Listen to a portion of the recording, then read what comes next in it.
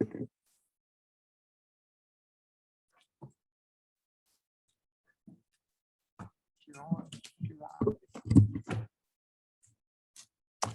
everybody. I'd like to call this meeting to order. Welcome to the regular monthly meeting of the Board of Commissioners held for the purpose of transacting the general business of the township.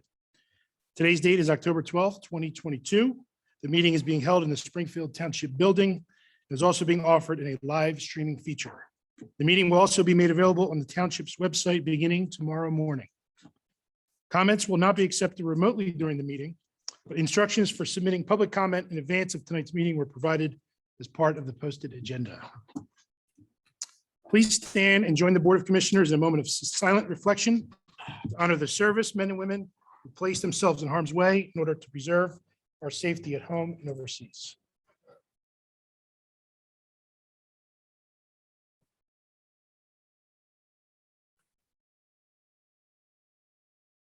Please remain standing for the Pledge of Allegiance. Pledge allegiance to the flag of the United States of America and to the republic for which it stands, one nation, under God, indivisible, with liberty and justice for all.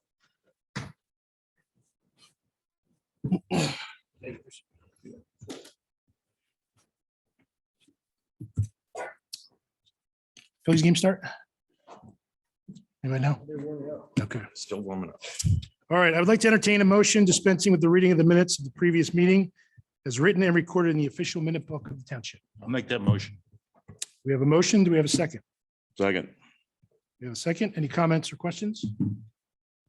All right, if in favor of the motion, please signify by saying aye. Aye. Aye. All those opposed? Please record a unanimous vote. I would like to acknowledge that we have a full complement of commissioners and officials this evening. And I would like to note the presence of a couple past board members, Bob Gillies and Jim Daly. Welcome. Thank you for being here. Brandon, how many Zoomers do we got tonight? All right, 6. Thank you for the Zoomers for joining us as well. Board of Commissioners conducted an executive session as part of their October 10th, 2022 workshop meeting to discuss 1 personnel and 3 litigation matters. On October 10th, 2022, the Board of Commissioners was informed that Commissioner Graham has found it necessary to resign his position as President of the Board of Commissioners effective immediately. Commissioner Graham intends to continue serving the residents of Springfield Township as the duly elected representative for Ward 7 of Springfield Township. On behalf of the Board of Commissioners, I wish to thank Mr. Graham for his contributions as president of this board. We look forward to continuing to work with him for the common good of the township. So I will defer to Mr. Graham, if you'd like to make a statement. Yes, thank you, Commissioner Lee. I guess my statement has to do with, I guess, while everybody is present here tonight. And in preparing the statement, I tried to name one civil rights activist, and especially an African-American civil rights activist that was not held in contempt when addressing systematic biases. Dr. Martin Luther King, Kwame Ture, Alhaj Malik El-Shabazz, Sherman Goodman and Cheney, John Lewis, George Lee, Fannie Lou Hamer, Viola Greg Lozio, just to touch the tip of the iceberg.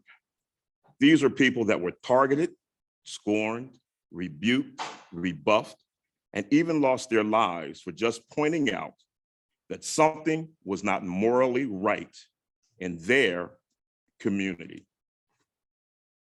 You know, as I made this speech tonight, or this comment tonight, I remember back when I was 9 years old in 1965, Cecil B. Moore was just elected as head of the Philadelphia NAACP, of which my father and most of his church and half of my block in West Philadelphia were members.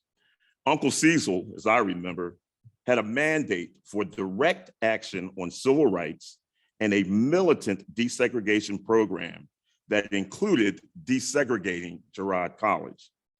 And I remember it was right after the race riots that had consumed North Philadelphia the previous summer.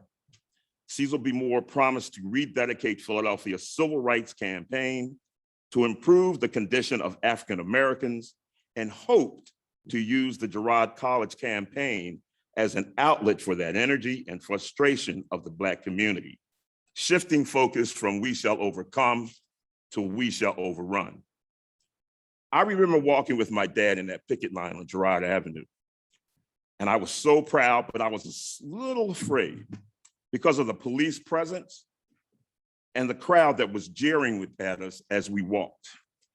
When a small little girl ran up to me and my dad and spat at me, I remember the spittle hitting me on my left cheek and on my dad's belt buckle. I remember trying to lash out, but my dad grabbed me and pulled me back to me, actually pushing my cheek into his belt buckle, smearing more of the spittle onto my cheek. I remember I was furious and I looked up at my dad, but he was smiling. And he shook his head and then he looked at the little girl and he said, "God bless you, sweetheart."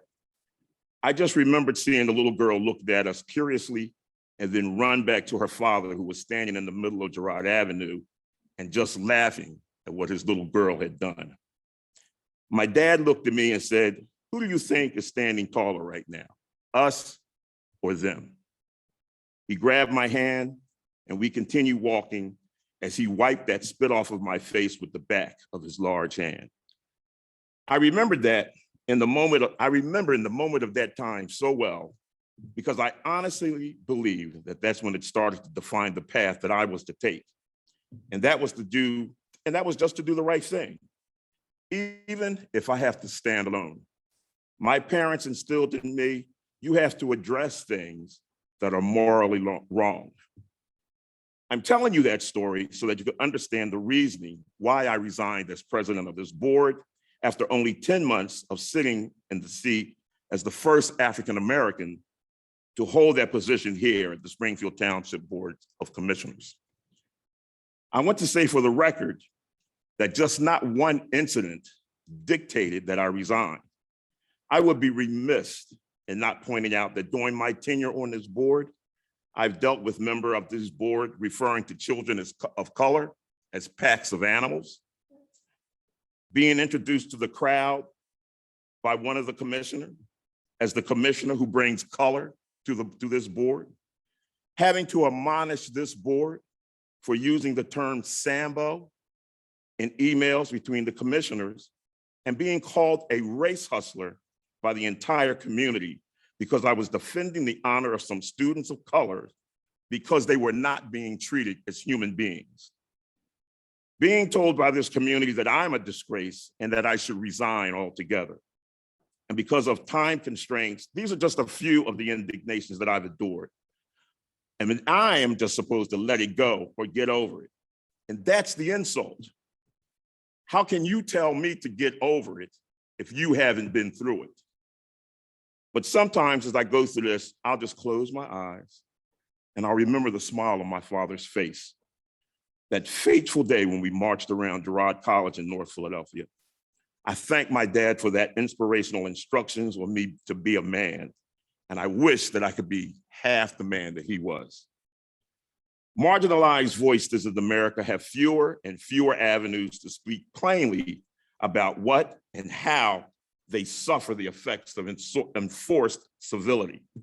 But it is those voices that are falsified or blocked entirely and dismissed from the discourse of expressing how they feel when addressing disparities against them. Because some people in our community live in a social environment that protects and insulates them from race-based stress. This insulated environment of racial protection builds expectations for racial comfort, while at the same time lowering the ability to tolerate racial stress, which I refer to as white fragility, along with many students of civil rights. In my opinion, white fragility is a state at which even a minimum amount of racial stress becomes intolerable, triggering a range of defensive moves. These moves include the outward displays of emotions such as anger, fear, guilt, and behavior such as argumentation, silence, often leading to a confrontational situation. And oh yeah, leaving a blank picture of yourselves as you attempt to sow discord to a valuable conversation concerning community unity. These behaviors in turn function to reinstate white racial equilibrium. To those on this board that came to know me, they know how I feel this way and they know what I stand for. One of the darkest legacies of racism in America is the near complete removal of Black voices from issues of consequence. Time after time, society has built institutions on a racial premise that shuts off and shuts down avenues for African Americans to speak, engage, and contribute. And at a time when far-right extremists spew racist hatred under the banner of free speech, the importance of elevating countering voices are clear. It is important to remember that the true cause of racist and fascism is not freedom of speech, no matter how often they claim that that's what it is. It is incumbent for all people, but mostly important political leaders and other influential community leaders to firmly denounce racism and hatred and speak out for those who are oppressed and marginalized. And this emblem that the Springfield Township PBA uses is one of those emblems that creates that environment within the African American community. But more importantly, it is our leaders that need to listen. And I mean truly listen to the voices of Black Americans, hear their anger and their struggles, and most importantly, hear what they want to change so they can no longer live in fear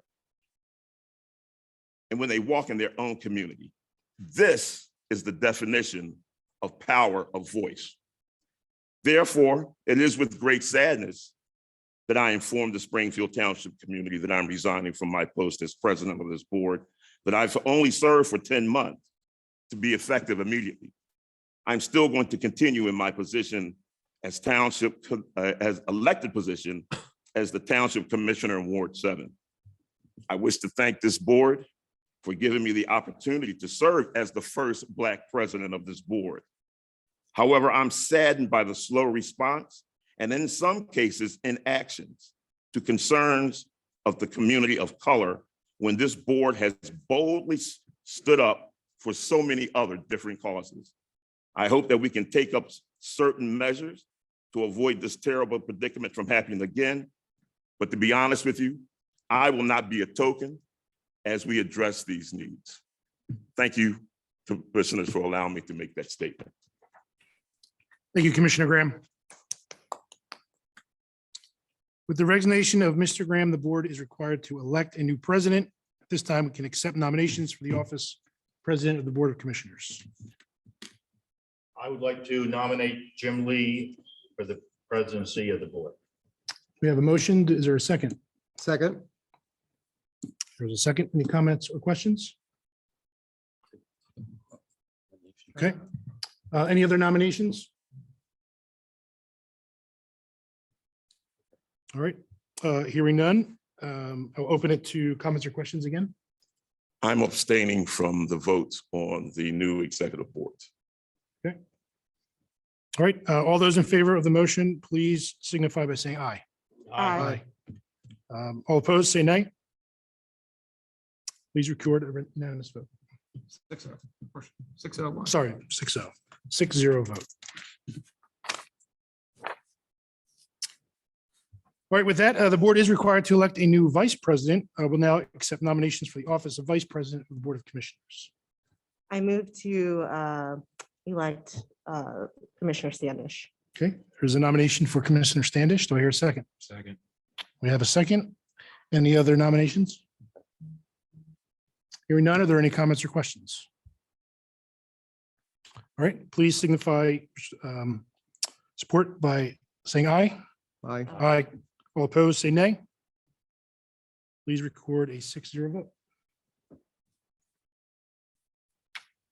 Congratulations. Thank you. The board is now open to comments or questions from the public. The board draws particular attention to those items listed on the agenda this evening. Please be advised that once the committee reports begin, the board can no longer take comments from the floor. At the conclusion of the committee reports, public comments will once again be accepted. However, official action on those issues listed on the agenda will have already taken place. Therefore, if you wish to comment on an agenda item, now would be the appropriate time. And if you'd like to make a comment, please come to the microphone and start with your name and address. Hello, everybody. My name is Cecilia Doherty, and I live at the 910 Bent Lane. My husband is Richard Metz. There was a chance he wouldn't make it tonight, but I'm speaking for myself when I talk about the plastic bag ban ordinance. So Richard's been working for a year.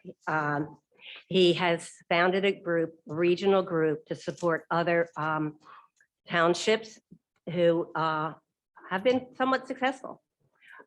He's also very passionate about it. He's, shared with me some of the concerns, so I would like to address a couple of those. One of them is hardship, that people, some people might find it too much of a hardship. So it wasn't easy when we started 23 years ago, using our own bags. It took a while. Many times I, forgot them.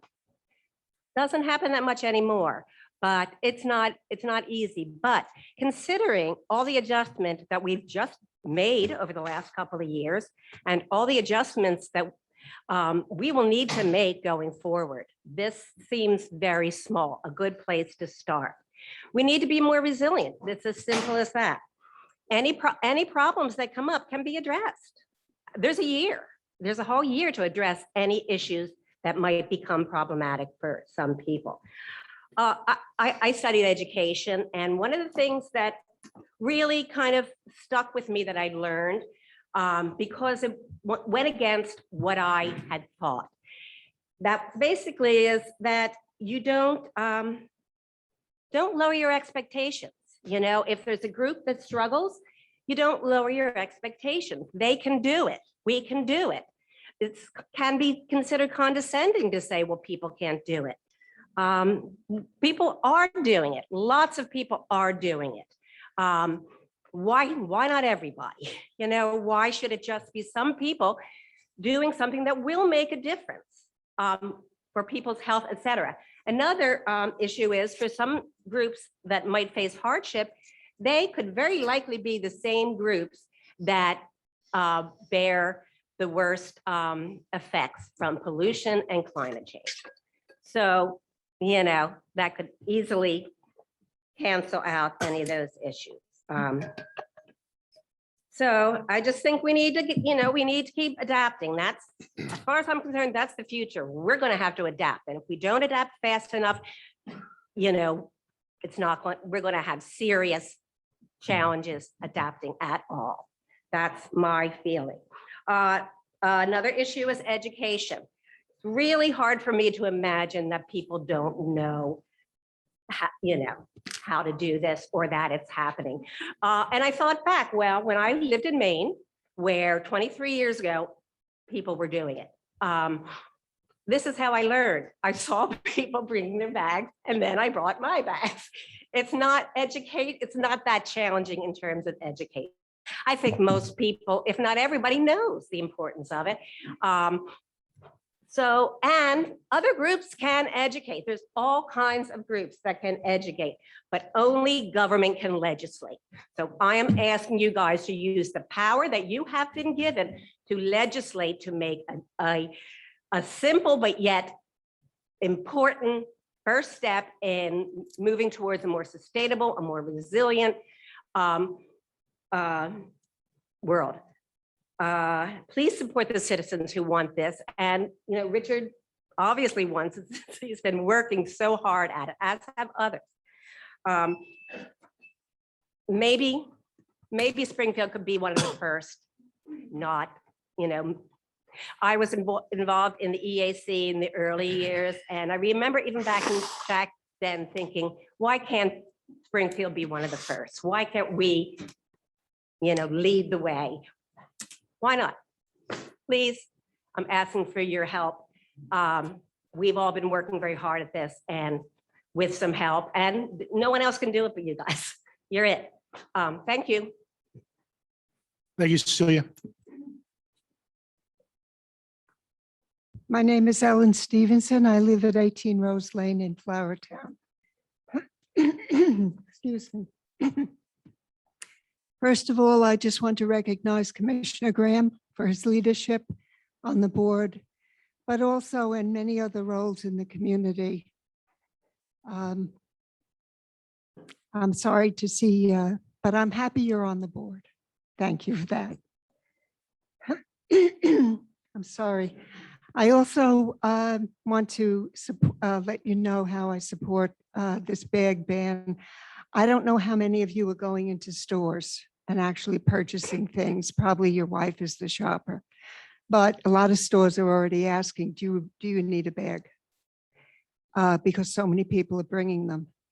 The survey that was done, although it was 500 people out of the whole community, was an 80% positive rate where people support a bag ban. These bags are hideous and they're plastic, they don't rot. I know people use them for dog poop, but what else are they good for, really? They don't hold a lot of groceries. And the great insult now is that they're double bagging them if you're getting a half a gallon of milk or something. So some of the cashiers double bag all of them. So it's kind of like something that has gone amok. I've been using the same bag since 1974, not the same bag, but I've been saving my bags and using them since 1974. And you know what? People I know have been doing the same thing. Even the paper bags can be reused. I think because you have a year's lead, you can work out whatever complaints come out or do another survey, do the whole town if you want. I think you're going to get an 80% or close to it. So please let the community lead sometimes because we're already on the vanguard of being out there and doing these things. Thank you. Thank you. Good evening. Martin Ryan, 7 Terminal Avenue, Associate Member of the Environmental Advisory Council. I would hate to contradict anything, yet we would not be leading. We would be following a number of other townships, a number of other counties, and in some cases, countries by eliminating that plastic, single-use plastic bags. We're not suggesting that we eliminate the use of paper. We recognize the fact that in some cases, non-single use or reusable plastic bags are being used ridiculously by a number of vendors. We can't control that. What we can control is the fact that we as a community, the people who have responded have overwhelmingly stated that they support a bag ban. Very few businesses had any issues with the bag ban. And quite frankly, there's an obvious cost savings to the businesses because they would not need to be providing these bags. So here's an opportunity to support the environment in a way that many other communities are supporting them, that doesn't cost any taxpayer dollars, that is supported by many businesses, if not a majority, more than a majority of those people that chose to respond to the survey, which was, if you're on Facebook, really available and quite well known. There are situations, I totally understand the concept of we don't want to be charging people for a bag if they're barely affording their groceries. If you go to Weaver's Way, you will find bags and boxes at the end of the cashiers.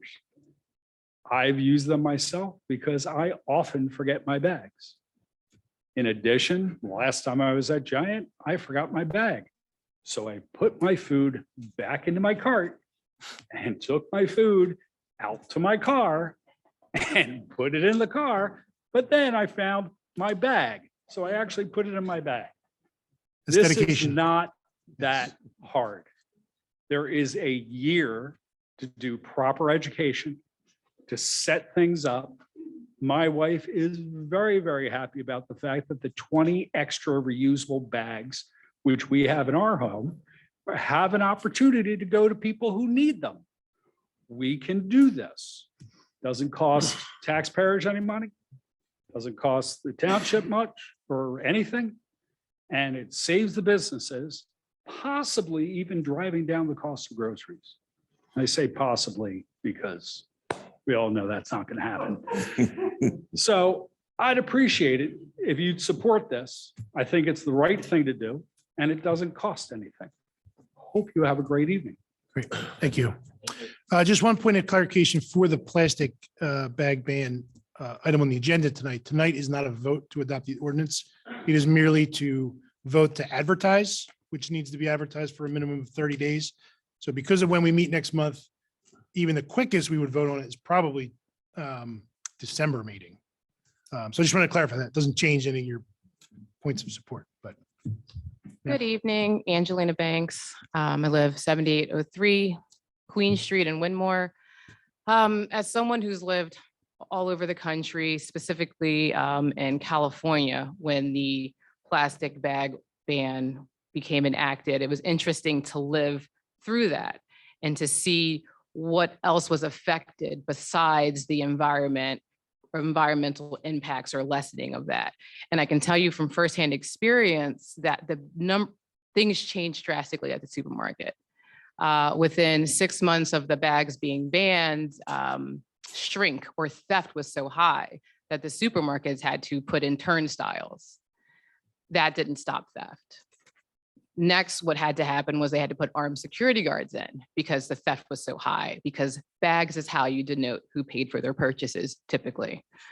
After that, that didn't deter theft. So they decriminalized petty theft in California up to $999. Well, that didn't work. So what's happening all through California right now?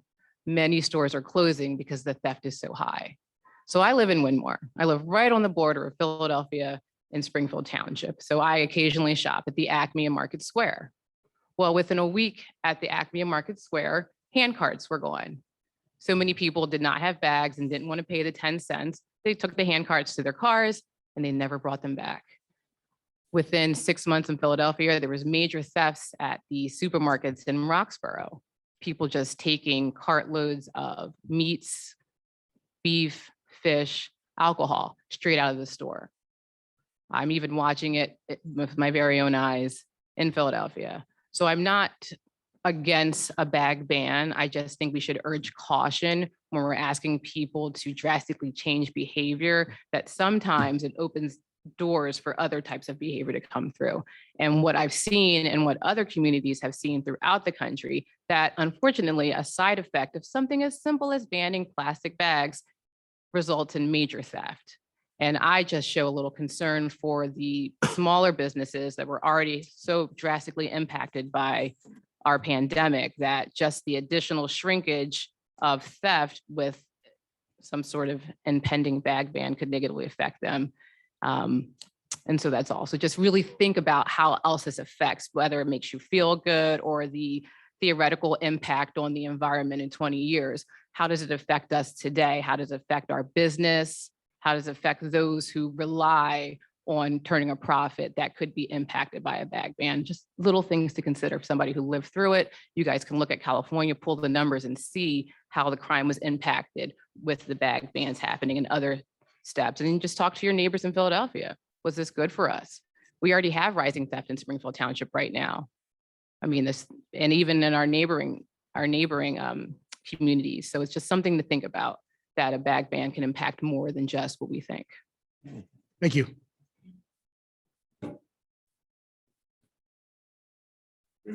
Hi, I'm Alexandra Klinger. I'm in Elm Avenue, Winmore. And I'm here in support of the advertisement of a single-use plastic carryout bag ordinance. And I don't know. I mean, this isn't California and I mean, I've been through plastic bag bans and it's, in Virginia, in Pennsylvania, and in New Jersey. And I wasn't aware of all this. Like, I mean, what as Ellen just said to me is people don't become thieves because they don't have a plastic bag to put their groceries in. And I think that that there is, with all the work that has gone into this ordinance, and that you aren't voting on it right now, you would just be advertising, just taking the next step for the right thing, because everybody knows it's the right thing. It's to have these bags stick around for millennia. It's just because you don't want to change the behavior a little bit is ridiculous, in my opinion. And I think that, I mean, maybe I'm not like, I don't think that it is a huge change in behavior. I mean, for people not to have the plastic bags. I know my mother, she's 85 years old, and her husband, like they got thrown off a little bit in New Jersey because New Jersey like banned them like all together, and they didn't have any options. So they went into a store in New Jersey and were like, had to figure out how to get their stuff out. But she's like, she's doing fine. So I'm in support of the, there's been a lot of research by the Environmental Advisory Commission in doing this. Everybody supports it, or 80% of the people support it. I mean, the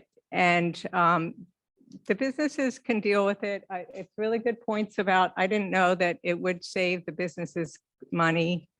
And the threat of increased theft is something that maybe some research can be done while you advertise it for the year. So as an environmentalist and as a person who is really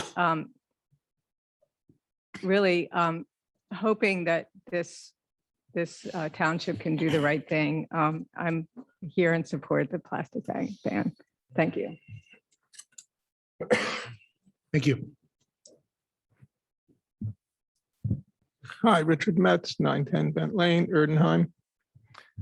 On January 1st of this year, the Pennsylvania House, the head of the House, decided he lifted the moratorium on plastic bag bans. This transferred the issue from the state to the municipal level. It really should be a state issue, right? New York, New Jersey, Delaware, they banned it. This is a lot of hassle for municipalities, and every single municipality in Pennsylvania has to do it independently. I think there was a sense with the Republican Speaker of the House that it's a freedom of choice thing. So there are 35 townships in the southeastern Pennsylvania single-use plastic coalition. They're all working for a single-use plastic bag ban. The ban is the same pretty much for each township. What's different is the composition of the township supervisors, solicitors, or basically commissioners. Most of these commissioners are in favor or are open to the idea, and some are opposed. Some of the majorities, you can look at places when we have these meetings, places perhaps like Lower Gwinnett or Horsham, they're saying, no, we're not going to do this. We're not going to do it right now. But 2/3 or even 3/4 are open to the idea. It's not about the facts of the ban. It's about your own personal ideologies and philosophies. That's what makes this very, very challenging. It seems like the majority of this board has been opposed to this idea when I first proposed it in March or April. And even though we did a survey and found 80% of the population was in favor of it, we did a business survey, people's minds were already made up that this was not something that they felt comfortable with. I think this is, this becomes a big challenge. Maybe I did not read that correctly. I would encourage you to advertise this ordinance. It will give us 30 days to, or even more, to talk about it more, to hear a lot of comments from the community, to kind of think about any kind of compromises. I am willing to work with any of you to go to businesses, to go to Giant, to sit down with Acme and say, what do you need from this? Or with groups of citizens. Stephen Hebron and I are going to be meeting with the Rotary Club November 1st. We're going to talk about that. So that we're certainly willing to do this in this 30-day period. And then if you're not comfortable with it still, vote it down in December. But I'm encouraging you to sort of see what happens, to get more comments from your constituency. The single-use plastic bag ban with a 10-cent fee, which is what I would encourage, will save 2.5 to 3 million plastic bags from being burned at the Covanta incinerator, which I was just talking to one of these investigators last night, creates poisonous pollution. They kind of mislead the public by doing these kind of fake tests that they send to the EPA. It's for another time that we really discuss that. And there's also incredible amounts of carbon dioxide and methane in the production of these kind of bags. So it really seems like, what, we're not going to get rid of bags? So I would encourage you to let this play out a little bit longer, and I would encourage you to advertise the ordinance, and let's have continued further discussion about it. Thank you. Thank you.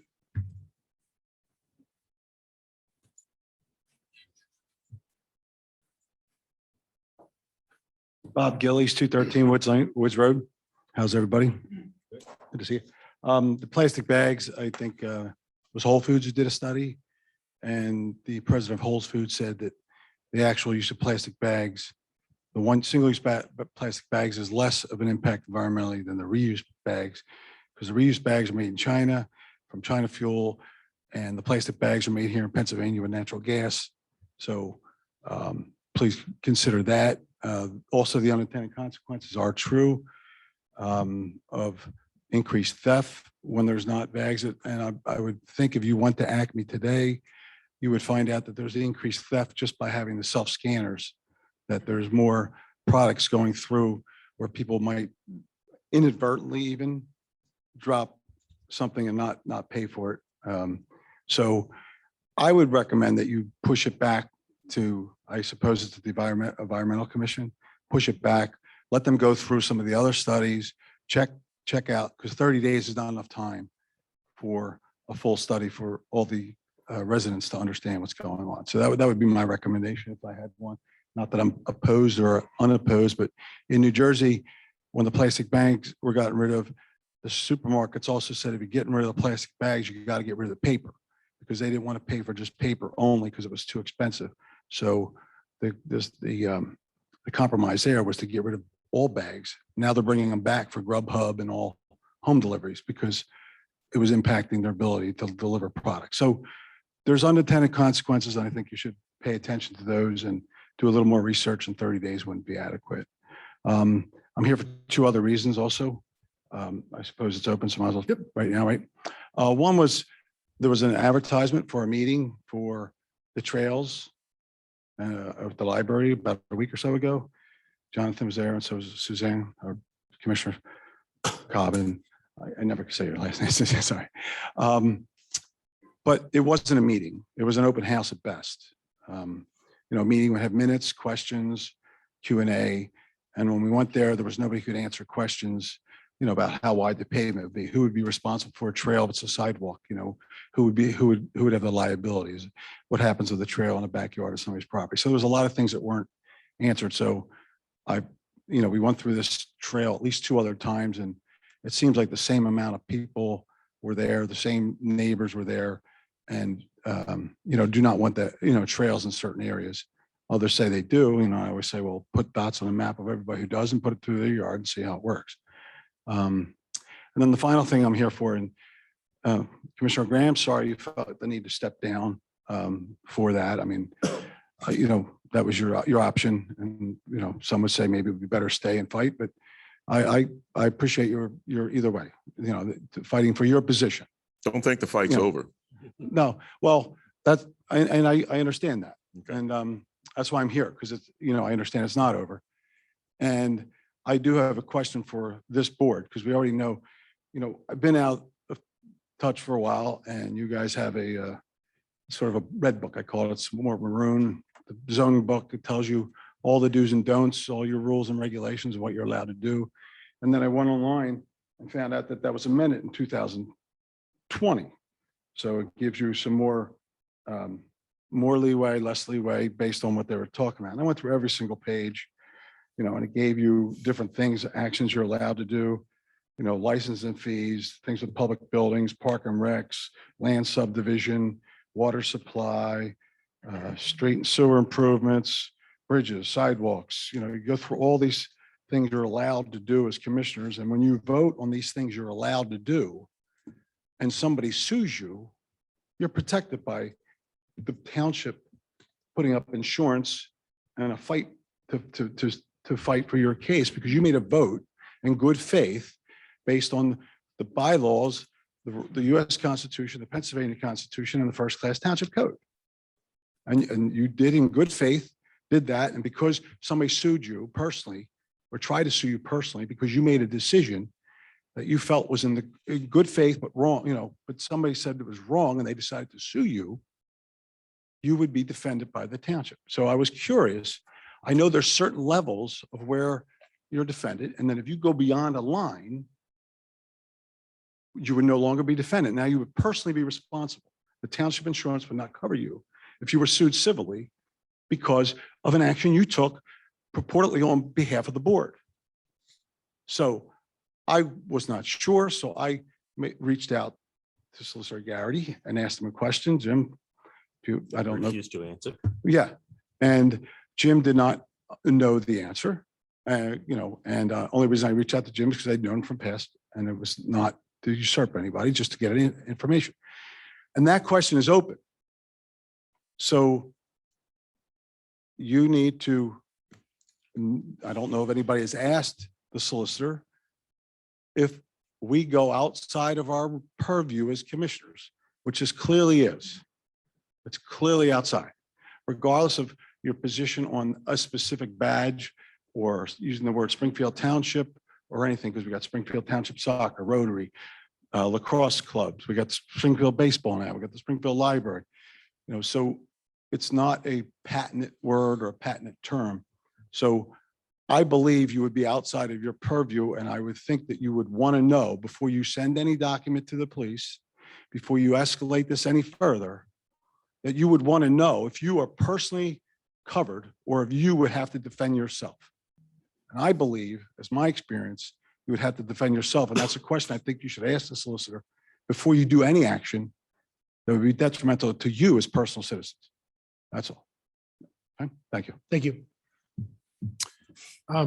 Regarding your question about the trails, I had a conflict that I wasn't able to attend, but I do know that was a very early, really first step to sort of engage the public with that. So, yep. John, you want to add anything on that? No. Okay. Yeah. So that was just sort of very beginning. So there'll be a lot more public input and opportunity for that. So, okay. Thank you.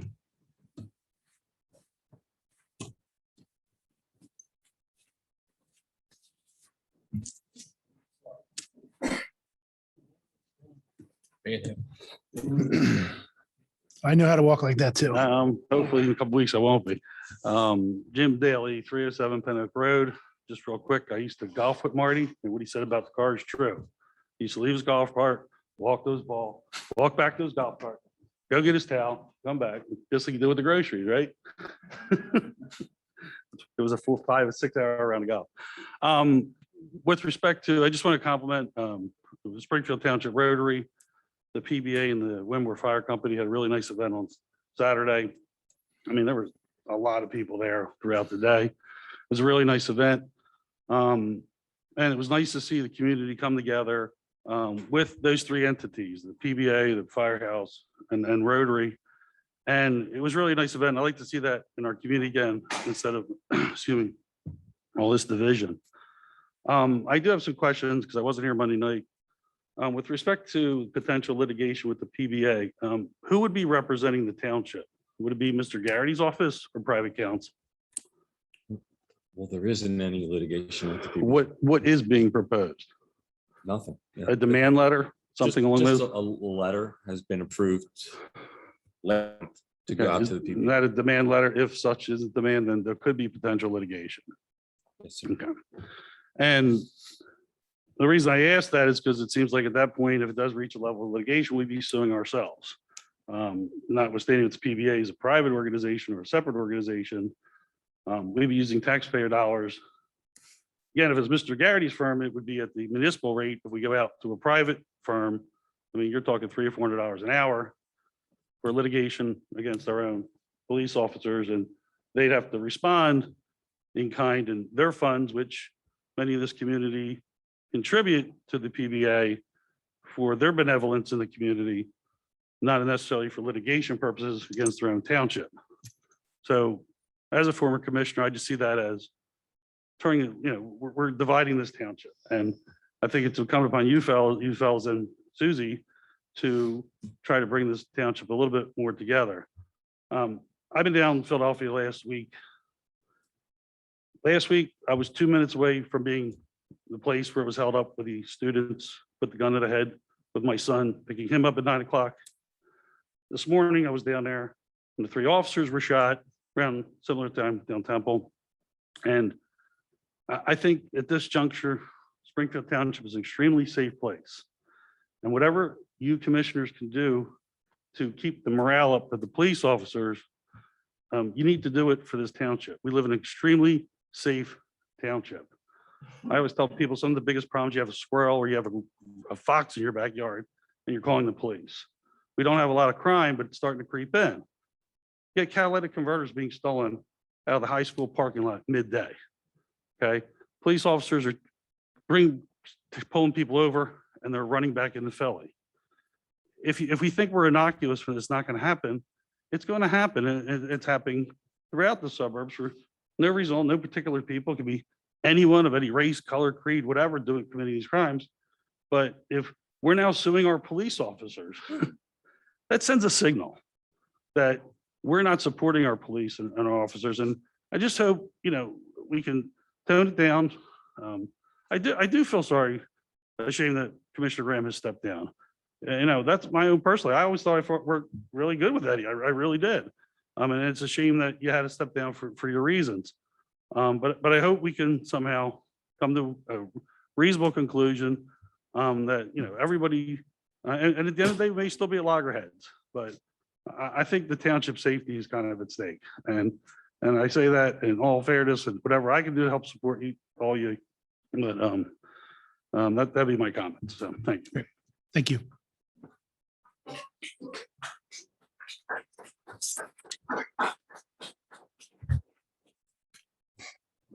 Hey everyone, Kelly King, Orland, PA, Lorraine Avenue. I didn't plan on speaking, but I do want to thank Eddie for his time, Mr. Graham for your time on the board.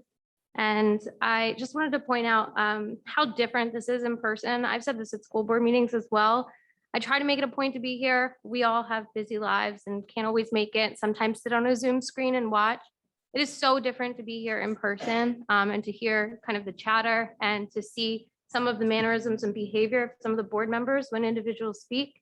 And so I guess to anybody listening, I'd implore you whenever you're able to please come and be present. I think some of the argument that we're suing ourselves that seems to come up, and I don't claim to have all of the information, But I feel like there are residents that can be really confused by this. And I do appreciate when the board sends newsletters and provides detail. And for those of us engaged members who learn, we're not at a place right now, and correct me if I'm wrong, where anybody's suing anybody. We're not at a place where the township is using township taxpayer dollars to sue each other. So I think that that's really confusing, and coming from respected people and people who maybe are past board members themselves, using the word "we" in conversation with commissioners, if you're not present on the board right now, it just really confuses the general public. I'm younger, I'm maybe not as well informed as some of you, and it lends itself to a lot of confusion, which feeds the division. And I think if the argument is made that, conversation about the PBA and that current emblem and the request to replace that emblem or consider changing it or removing Springfield Township from that, are met with what I felt is intimidating or threats to you all, saying that you all might not be protected. The same can be said, like if you're saying the township's willing to sue one another, is that saying that the PBA is standing so strongly behind something that individuals in our community feel offended by, that they're willing to use taxpayer dollars to stand that ground? It's a reverse argument. It's the same exact conversation. I may not be articulating it as well as some others. I didn't prepare to speak today, but I think that it goes without saying to say, like, well, you're about to, what I took as a threat to the fact that you all might not be safe from litigation yourselves because of an emblem that could be changed, because of a graphic that offends people. This is not about support. I support police. I support the police officers. I love Springfield Township, but this is really, to me, that argument kind of just is going to keep us in circles. And I apologize to you all for hearing that, because I just interpreted that as a threat. And that's all I have to say. Thank you.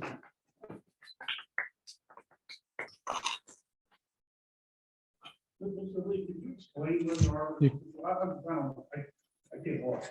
Can you explain where we are with maybe your constituents? I'm not a commissioner anymore. Can you explain where they are? Yeah, I mean, really the only clarity that I think is worth knowing is that we, as a board, and it's not unanimous, it's not, but a majority of the board believes that the emblem is problematic, and we think it should be changed and not representative of the township. And we've asked them to do it. Thus far, they've resisted that. The conversation does continue. And like Mr. Gardy said, it could or could not lead to litigation. So we don't really want to, we hope to get an amicable resolution to it. People dug in on however you feel of it. But I would just say that I hope everyone remembers that we're talking about an interpretation. We're talking about symbolism. I don't think anyone can reasonably point to this board and say, we haven't supported our police department in any way. This is really, at least since I've been around, this has really been the only thing where we're butting heads, and it's not necessarily the police department, it's the independent organization. So, so it's taken some time, and, we're still discussing it, and we don't all agree on everything about it. But at least the majority of the board is committed to that being changed. And when you think the dollars are being spent for drugs. They're not, but come up if you want to continue the dialogue, just because at home is no one's hearing it. So, I'm just asking you to clarify for her. Yeah.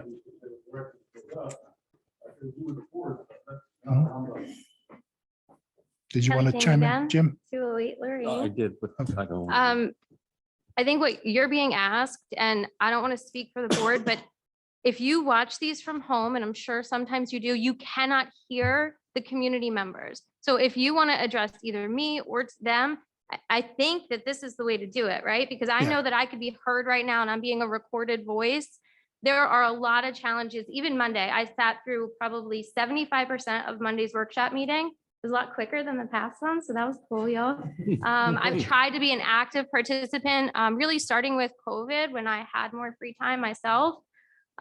You cannot hear the conversation if you're not standing here. Community members may feel that they have a good frame of reference for what's going on, but you really don't. Even at times, and this may be a little critical to the board right now, the members on the end, it's also challenging to hear, even for the Zoom. I know some of our board members have a louder voice than others. I'm always a loud voice in a room, so I get that.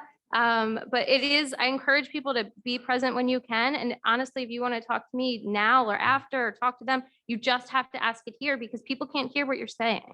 Yeah. So I don't know. I'm babbling. Yeah, that's good. That's honestly, it's good feedback because I don't know if we've had anyone come and give the Zoom report, live. But I know it's annoying if you're in the audience, you just want to say one thing real quick. It's just annoying to get up, but she's right in that if you are viewing from home or you're watching the video tomorrow, that doesn't make it on there. So it looks like we're having a one-way conversation. So just do your best to come up. I feel the same way when I walk. I know the pain. My comments, I don't know who this person is, but I'm addressing the commissioners up here. So if I say something to the audience, I apologize, but the rules are the speaker addresses the chair, not the audience. So that's how I always understood it. So I had a question for you. I asked what expenditures are being made, what our solicitor is not charging, but are there dollars being spent for that litigation? That's my question to the board. So. Okay. Yep, good. Jim. There are no dollars being spent for any litigation because there is no litigation. I did look today and went back on my file to see when this started, and it's been well over a year since this came to the attention of the board. There have been at least 2 meetings that I've attended where in the politest possible way, the PBA has been asked to consider removing that insignia or flag or whatever.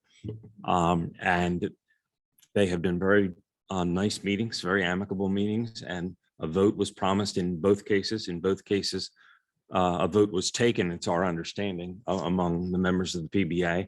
And in both cases, the PBA declined to make any changes. And as a result, the commissioners at the last meeting authorized a letter to go out, just basically saying the same thing. And that letter is going out and there's still no litigation. I guess what a lot of us would like to know is, what is the outcome of another negative response from the police, From the Benevolent from Association. the Benevolent Association, right, related to this issue, another negative response? I mean, I understand there's a forum going to be held right at the library next week about whether this, what people's perceptions are. on And this that's not issue. true. The forum is going to be held, but it's not being condoned by this board. No, I didn't say it was. Well, that's what you just said. No, I just said, I understand there's a forum being held. Okay. Yeah, All right, it's not associated no, I with understand this that. board in any form or Otherwise I would manner. have said it was. I Can't just be. wanted to make that Yeah, clarified it for the couldn't be record. because you got a workshop meeting for the budget that same night. But so what is the next step? I mean, obviously, at some point, there's I'll either be- going to be a Can I answer retreat. that? Yeah, sure. The next step, if the answer to the letter that is going out is we're still not changing our minds, then there'll be a consultation between me and the board to see where we go from there. No decision's been made whatsoever where we go from there. Okay, but apparently a majority of the board wanted to send that letter out, so the board is leaning But toward. the the next letter doesn't threaten litigation. The letter's a matter of, since it was sent outside the township, it's a matter of public record, and you can have a copy of it tomorrow morning, probably. It just says either remove that insignia or remove the words Springfield Township from the PBA, because the Springfield Township PBA uses that insignia that certain members of the community find extremely offensive. And we don't think it's worth offending a segment of the community unnecessarily, and they'll got it. decide what they decide. But is Springfield Township a copyrighted phrase? That is something that will be discussed, I'm sure. I'm sure they have a different viewpoint on that than. Yeah, than because I we do may have a lot of Springfield Township things. There's a lot of Springfield things. There's not And that many Springfield Township Well, things. there's a few. There's a but few. Anyway, more than, it would be Coke, Pepsi, Cola, Understood. Okay, thank you. Mhm. Good night. Thank you.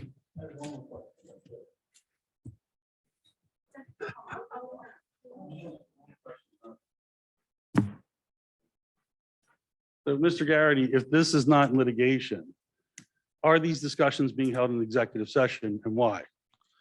Because the board is seeking the advice of its solicitor and doesn't need the litigation exception of the Sunshine Law when it seeks the advice of the solicitor for confidential attorney-client legal advice. For non-litigation matters. Correct. It falls without all three exceptions.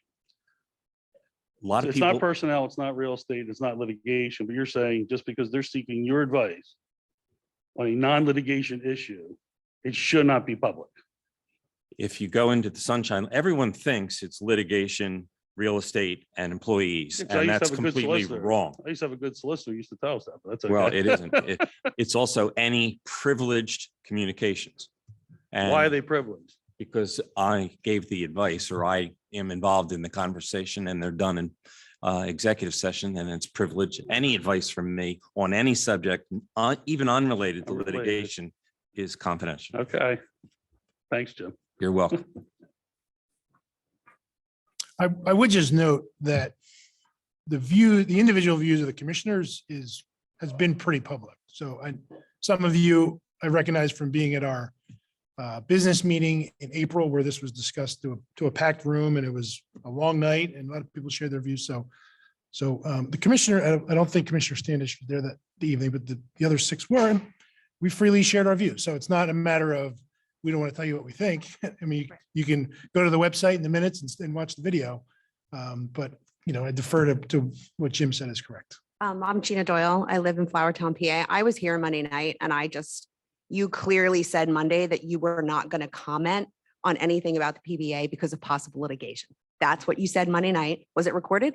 Yeah. Okay, let's go back and look at that because that's what you said. That's still correct. Okay. Well, then, Still but possible litigation. but you said there was no litigation. So there's possible litigation. Let's be clear on that. You just said, am I wrong? There is no litigation. There is possible. Litigation. Okay. Yeah. I just wanted to be clear on that. That's very clear. Thank you. So I don't have that pamphlet that he has about all of your, what you can do, what you can't do. But maybe you can, set me straight. Can a board of commissioners of a township request from a private entity, private nonprofit organization, that they change their logo? Is that within your rights? From a legal standpoint, is that your question? I suppose so, but like, is that something that is outlined as a commissioner duty? Like for lack of a better word, to police or to, look at private organizations' logos and decide if they are acceptable or not? That is something that the Board of Commissioners has asked me to look at. Jimmy, sorry, can you state your name just for the Sure, the Maureen record? Baskin, Okay. 419 Halls Lane. Great, thank you. Okay. Yep, sorry.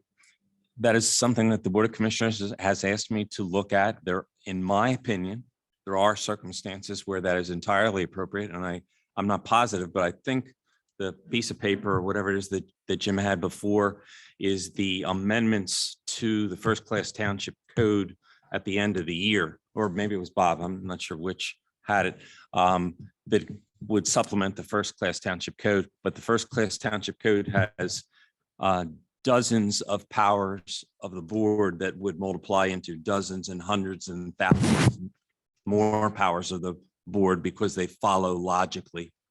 For example, there's absolutely no statement in the First Class Township Code that the commissioners have the power to pass a single-use plastic bag ordinance. I guarantee you that's not in the First Class Township Code. Well, I'm sure it falls under some sort of, Falls under protecting the public health, safety, and welfare, and many things do.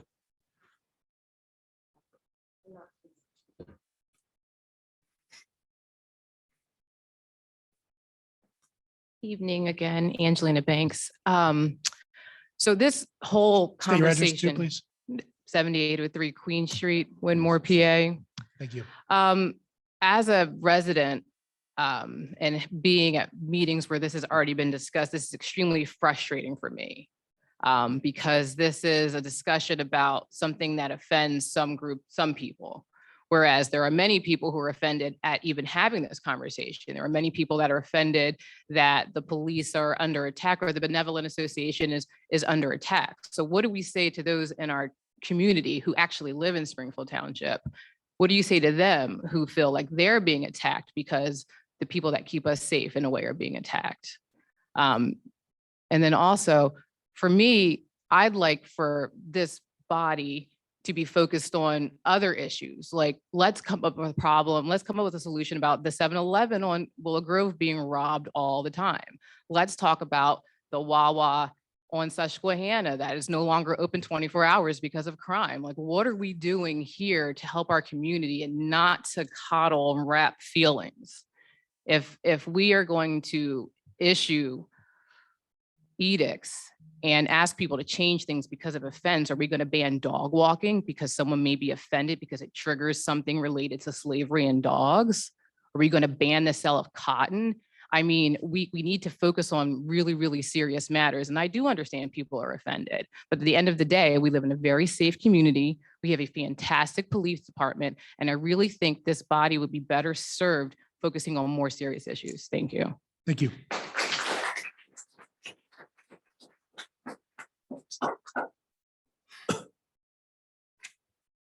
My name is Linda Furlong. I live at 315 Roche Avenue in Orland. And why are you going after the PVA? They are a private organization. They're nonprofit. If that offends me, can I bring that up? I mean, this is ridiculous. Have you taken a survey of how many people are offended by this? Yes, I have. And how many? I would say 90% of the people of color are offended by this. As a matter of fact, the people of color are so offended that we had a survey that was passed out and commissioned by this board to fill out. The people of color were so uncomfortable filling out the survey by telling how can they approve it because they feared retaliation by the police. And let me say for another clarification. I never once, or any member of this board, never once stated anything negatively about this police department. I love our police department. I support our police department, and I love the community work that they do within this township. However, the emblem, either by choice or by not knowing, the emblem that they chose was designed in 2014 by white supremacists in direct opposition to the Black Lives Matter unit. And people of color find that offensive, just like Jewish people find the swastika offended, and everybody finds the Confederate flag. So to say that one who is offended by this, I would ask this community that if this was offensive to the LGBTQ community, will we still have the same things? Or if this was offensive to the Jewish community, will we still be having these same detailed long conversation? But because African Americans don't come out in droves, because we only represent 8.5% of the population here in Springfield, we still have a conscience, we're still human beings, and this emblem is offensive. Okay, so you're just following along with the cancel culture. You know, just like they got rid of Aunt Jemima on the pancake box. Oh my God. I think it's ridiculous that this is being brought up. Did you get that? Wow. I want to see it tomorrow. That's offensive, whether you know it or not. Referring to that as Aunt Jemima on a pancake box is offensive. Okay. Commissioner could- Graham, I'm not sure whether you read the email that I sent you earlier. I sent it- did. Okay, so maybe the thin blue line history that you have is incorrect. Well, the thin because it blue was not- line, actually, the thin blue line has to do with World War I veterans coming home from World War I. And the proper symbolization is a black field with a blue line going through it. If you want to talk about where the original thin blue line came from. I'm going to talk about the thin blue line flag that you're referring to in the logo. That's Okay. not a thin blue. Because- line. That's not the thin blue line. And the PBA is the first to admit that. Okay. Well, you're referring to its creation in 2014. Okay. It was created by a Michigan college student in 2014. At the end of a year that saw a 50% increase in police officers shot in the line of duty. 15 of them shot and killed in ambush attacks. You probably remember the Pennsylvania State Trooper shot and killed right outside the barracks in Pike County, and the 2 NYPD officers shot in their heads while sitting in their police cars. There were 12 other senseless ambushes as well. The thin blue line flag was created at that time to show support for those law enforcement, not by white supremacists in direct retaliation to Black Lives Matter. Okay, it was created by him to show support during that year. Okay, and to let them know that their sacrifices were not in vain. So sorry that it's been hijacked numerous times for nefarious reasons, but discerning minds should be able to determine the original intent. Okay, and for you to sit up there and say that it's a racist symbol is infuriating. Okay, well, you can also research. Never mind. I strike that. You can strike that.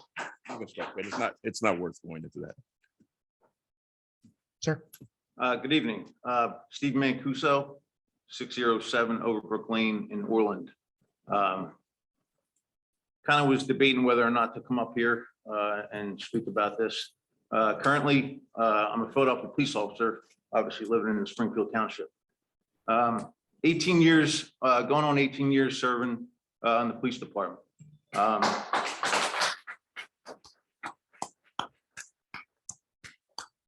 not into politics. This is probably the second time I've been to one of these meetings. Probably the least politics here. I couldn't tell you anything about it. I do have a question for you, Mr. Graham. The symbol has been taken over by many different organizations. You have military, you have other first responders, the fire department, medics. I believe there's probably at least 10 different colors that they use. If any other organization, let's just say Green for Veterans, Springfield Township veterans, had that symbol and created that, would you still have that opposition to it? No, because Okay. once again, and I'm sorry, did I cut you off? My No, go apologies. ahead. if I did. I can finish. Once again, if you actually look at the gentleman, Jacobs, the Michigan college student that designed this flag, he was an avowed white nationalist. And he created the flag in direct opposition to the Black Lives Matter flag. Now, saying that, if this flag was designed by a police officer, I would have no objections to it. And I'm sure the African-American community would have no offense to it. But it was created specifically for that purpose. That's why a lot, and I'm sure you're aware, that a lot of the major metropolitan police department has banned its use across the nation because it is offensive to people of color. And I'm sure you're also aware that this flag was draped across the gallows that was going to hang, that the insurrectionists wanted to hang Mike Pence. It was also used to help beat a police officer during those insurrections. So to say that I or Black people should not be offensive at it, just saying that is very offensive, because you don't care what we think or how we feel. That doesn't really matter. What you think doesn't feel. We know what it means to us, so therefore you should disregard it. And that's where I think the problem is. But I also think that's where the discourse should come about. And I think that's why we're having the NAACP is sponsoring this meeting next week, then I am not going to be facilitating. It's going to be facilitated by some other people. If you look at the flyer, it has all other panelists, of which I am not involved in. It's to open up a discourse to discuss why it is so offensive to some people. And I invite anyone else because you can also come and bring about your opinion. And that's where we move toward unity in a community, is by having civil discourse in order that you can have both sides of the argument heard. Now, it just, in my opinion, it seems like you're keep preaching this race and color associated with it. I got brothers and sisters in the Philadelphia Police Department. I know pretty much damn well every Springfield cop, okay? Black, white, any color of the rainbow you want to put it to, all right? Not once have I ever heard it be used in the sense that you use it. Okay, are you a Philadelphia police officer? Excuse me? Are you a Philadelphia police officer? Yes. Do you know, well, he's retired now, but the first deputy commissioner, Myron Patterson, fraternity brother of mine? I know who he is. He's vehemently opposed to the Blue Lives Matter flag. So you can't say that all. That's his prerogative. That's well, fine. that's what I'm But saying. the way you're preaching it is it's like you want to create division in this township. Wow. All right. So bringing out what is racist is preaching That's division. according to you. I'm asking. I could bring in, But I could bring in, so it's just me then. I could pack this room. Okay, all right. That's all I wanted to hear. Thank you. I appreciate that pack answer. this room with, I mean, shoulder to shoulder with cops. And not one of them, regardless of the color, would mention what you're mentioning. And it's a bunch of BS. Okay. Stephen, may I make a comment? Okay. Just something that Eddie said reminded me of. And I would just make the point that there are very few police organizations that use this specific emblem. Again, separating from, hang on, let me finish, please. Separating from the thin blue line and the flag with the stripes. So few use it. And I'm not sure any official police departments use it. And there have been many departments in this country that have banned the use of it. The police departments did that, not the legislators, not the commissioners, not the government, but there are actual police chiefs and administrators that have banned the use. So I'm only saying that, and I hear your point about how people feel about it. And people have different feelings about the meaning, and I get that. And I'm not one to just tell you, no, you're wrong. It means this, only this. You can't think that. But what I'm just saying is, it's not something that Springfield made up. It's not something that Commissioner Graham made up. Other departments have dealt with this, and many have banned it. So I'm just making the point that it is not Eddie Graham is making division, and this is only Springfield, nowhere else. That's just not true. Of course, you're gonna have opposition to it, but just something else that the thin blue line, which I personally represent, okay? I'm part of two law enforcement groups outside of my department. All right, one is called Brothers Before Others. Okay, the second one is Leo Only. All right, Leo Only has, I believe, 36,000 members from across the country, actually across the globe. Brothers Before Others has approximately 2,000. Now, what we did with Brothers Before Others, which I've been a part of since their inceptions. Last November, 24 guys from across the country stood up and did a charity boxing event. I myself was one of them, okay? From that one event that we got into a boxing ring for charity, we raised close to $10,000 for 8 different charities for inner city, everywhere from inner city organizations to you name it. So the thin blue line is nothing what you think it is, okay? And I just wish you would see the light and have a different opinion. And listen, I could also ask you, Philadelphia Police Department allows ride-alongs. Welcome me anytime, sir. Thank you.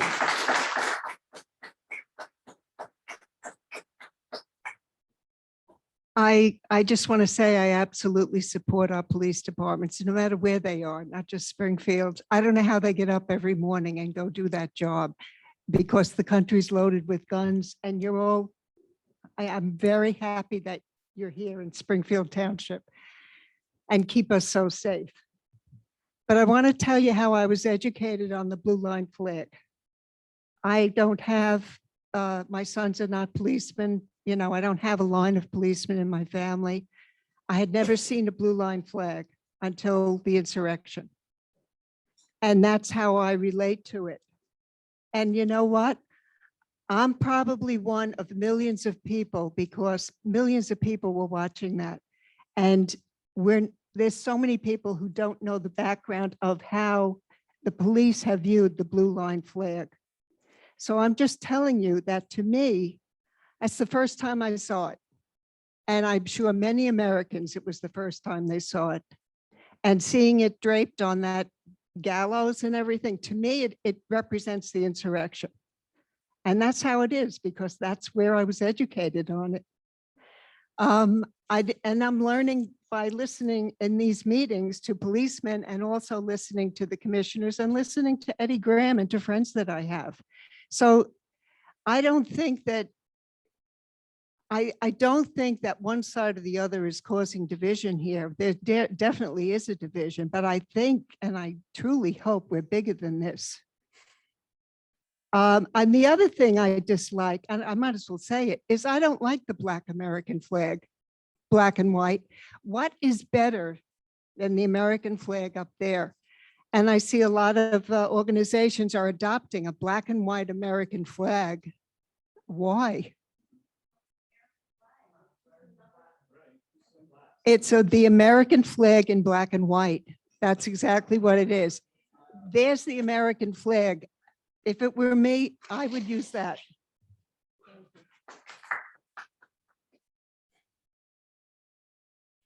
Jane Thomas, Orland. Looking up something, and Jacob is the president of Thin Blue Line USA. It goes on to say the flag has no association with racism, hatred, or bigotry. It's a flag to show support for law enforcement, no politics involved. That's the one thing. As far as the insurrection, unfortunately, I saw a lot of American flags to that insurrection, and that's scary.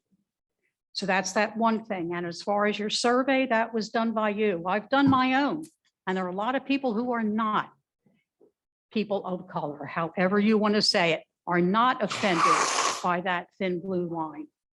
Okay. And with your comment about you and the police, you have used social media, which you said last month you didn't like.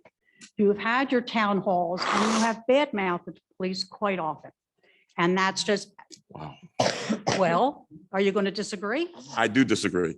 You And had I that would town hall- challenge, all of those meetings are on, and I'm sorry, I didn't mean to cut you off.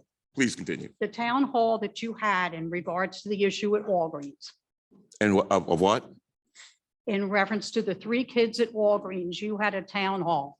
And everybody except for one woman on that town hall was going through word of mouth and social media about what supposedly happened, except for one woman who said that there was nothing untoward. It's a town hall I had with. It was a while ago, but you had it. A town hall on what? I didn't hear you, ma'am.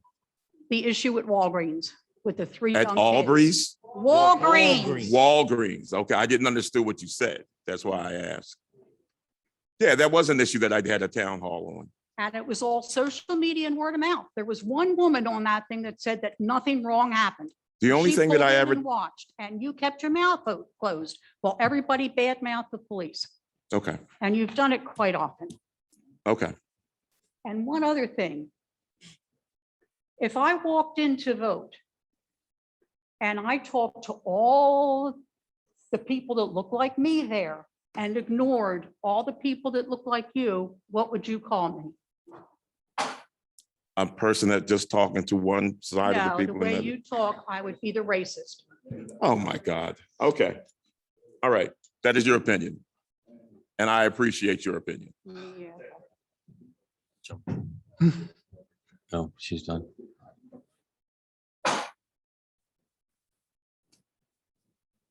Hi, I'm Alex Klinger from Elm Street. I forget even where I live because this is so disconcerting.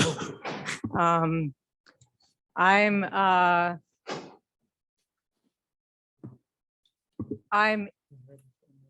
want to speak out against the use of this emblem.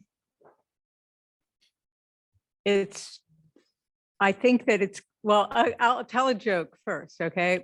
My friend said that all the with the gentleman talked about, like, it's not really a joke, but talked about all the different colors that are used for the flags, like for pink for the nurses and first responders, and green. And so why don't we use the rainbow flag in the police benevolent association emblem that shows support for all the first responders? And what's really coming out to me is that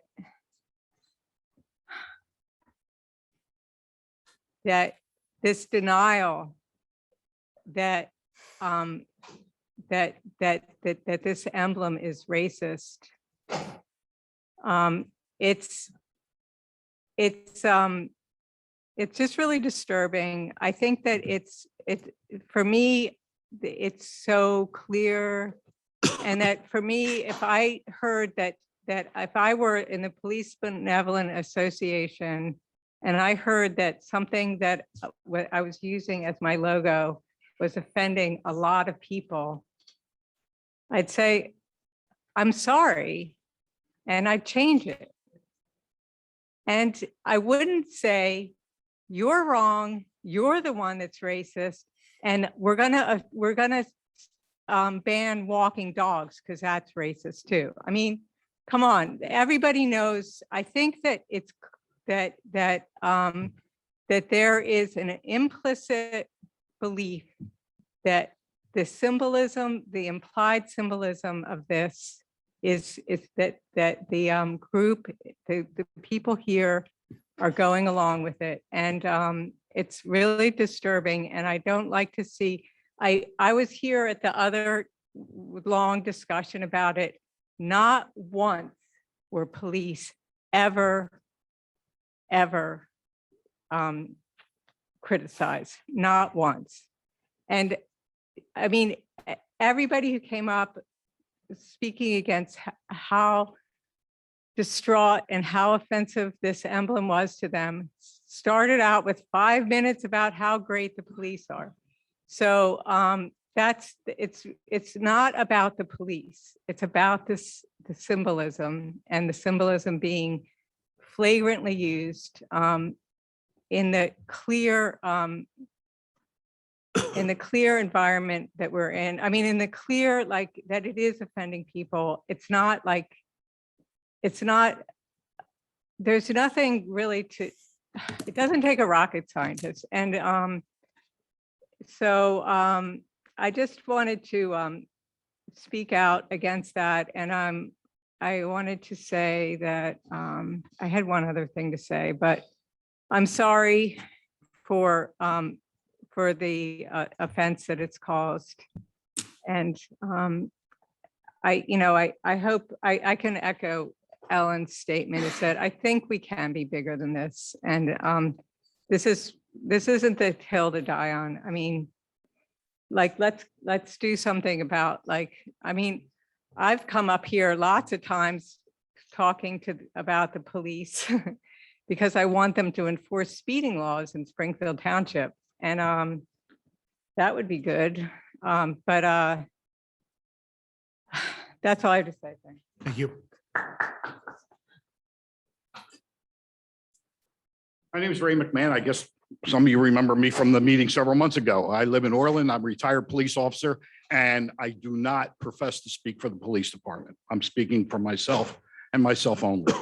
For those who don't seem to understand what's going on here, this is going on for over a year. It has been mishandled from day one. Okay. Instead of going to the police and talking to the police and having some kind of conversation with them, they were attacked on social media. If you were the police department or you were in any organization and someone said to you, I don't like that tie is racist, therefore you are racist. What's next? Okay, I don't like your suit coat. I don't like your haircut. It's never ending. The fact is that the police are just doing what they do. They're doing good things. The organization, the PBA, is doing good things.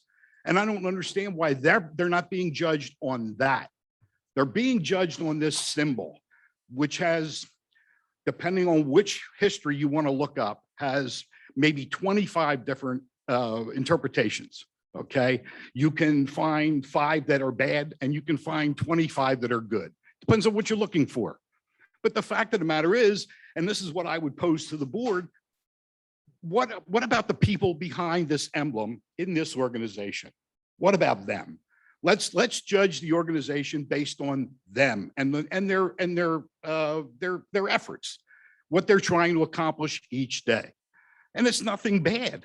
And just because this emblem offends some group doesn't mean that all the efforts of things that they're doing are therefore bad. And that's what you're saying. I don't think you understand that, but that's what I'm interpreting. That just because this emblem is bad, everything by extension then that they do is bad.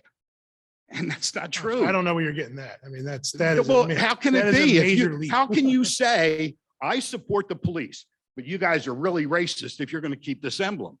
How can you say that? I'm pretty damn sure I've never I'm said that kind of either. confused here. Either they're good people doing good things, okay, who happen to be using an emblem that they agree with, that they happen to think is good. All right, so and we I would are also- taking action and arguing. We're butting heads about the emblem. Mhm. Well, you just extrapolated that we're saying that everything they do is bad and that they're racist because they don't agree to change it. None of that has been said. No, it doesn't have to be said. How can you expect these people? I'm sorry, I reject that you're putting Okay, that on us. I'll Because expand. because you expand? can have I a thought I disagreement. was allowed to speak. I and know, not but be you're interrupted. throwing out some haymakers there. So I'm just Well, I'm then, gonna make when my I'm point done, straight. you should be able to respond. So but what not I'm interrupt saying, me. See, what I'm that's the saying is, problem. yes, I That's the can problem. respect the police, and I can also disagree with one facet and separate those two.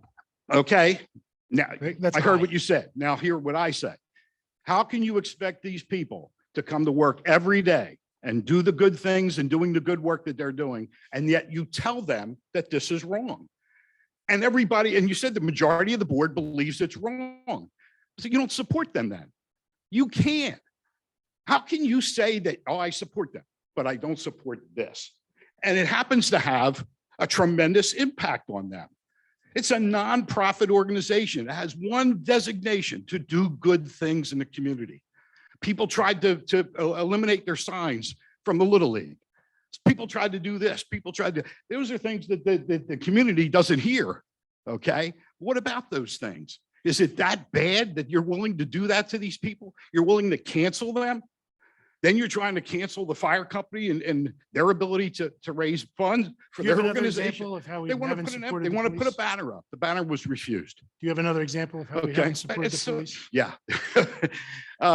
So I just want to point out to Mr. Graham here.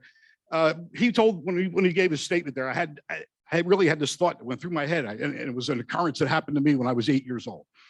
I live in Germantown, and my little brother and I were out running around the neighborhood. And at the time, there's 6, 7 young black boys decided that it was a good thing to beat us up, and they did. I didn't grow up hating black people. Okay, I learned from that example that I should be a better fighter. But I just don't understand this constant attack. It's been going on for a year. It could have been handled differently in the beginning, and it wasn't. And now you guys are doing a cleanup because it was mishandled. You don't attack somebody on social media and then say, oh, well, let's sit down and talk about it. Okay, it's not going to work. It's just not going to work. And I at first I disagree with the police and the way they're handling it. Now I understand what they're doing, and I support them 100%. Thank you. All the time.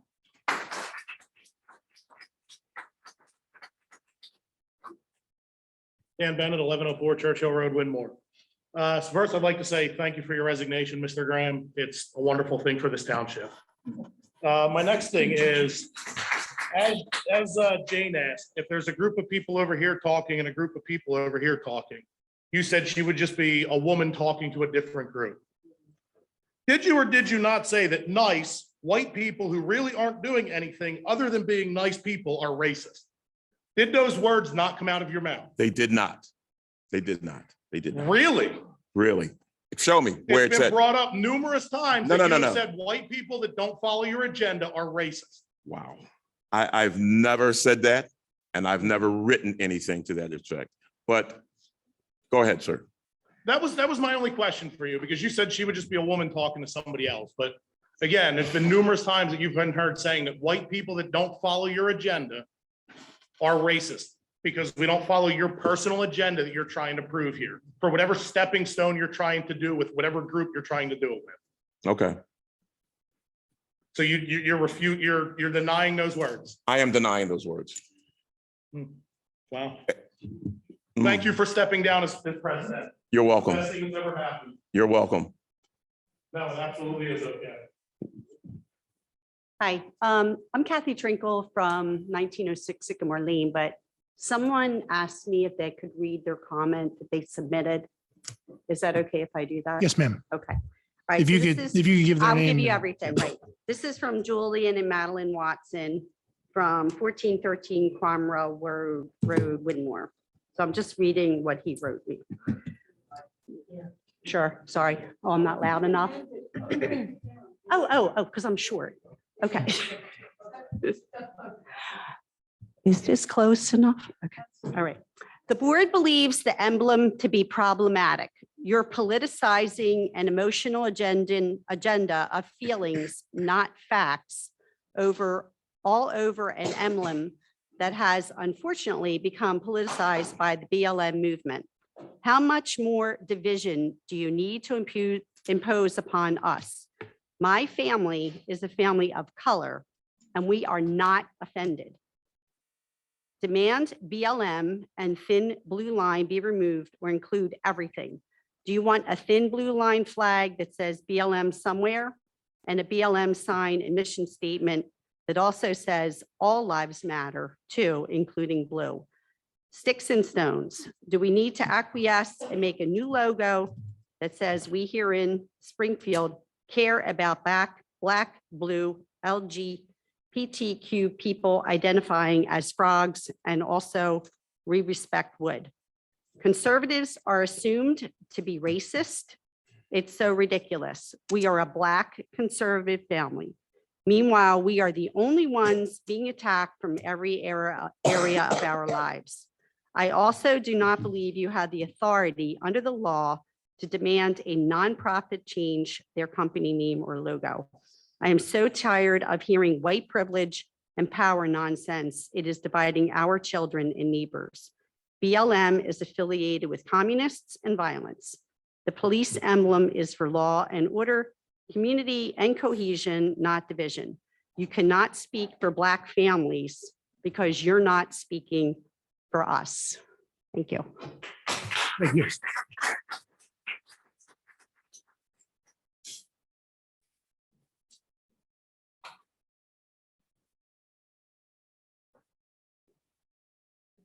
My name is Joe Dowling, 911 Abington Avenue. Mr. Graham, you called my wife a racist on a Facebook post earlier this year for a comment she made supporting the thin blue line PBA emblem. Would you like to apologize for that? It I was in never print. called your It was wife. in I print. don't know your wife, sir. Then you shouldn't have called her a racist if you didn't know her. Yes or no? I did not call your wife a Are you in the racist. habit of calling people racist that No, you I'm don't even not. know? No, I'm not. I echo that the last gentleman's comment. We're glad to see you go. You're welcome.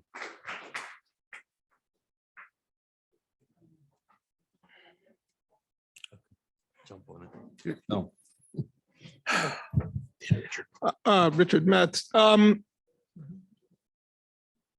If any of you have African-American friends and you have any kind of sympathy or empathy, you would understand their feelings that this flag is offensive.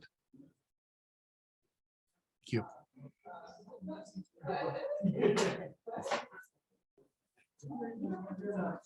Any other comments? Okay, thank you. Time for public comment is now closed. We will open up for more public comment after our committee reports.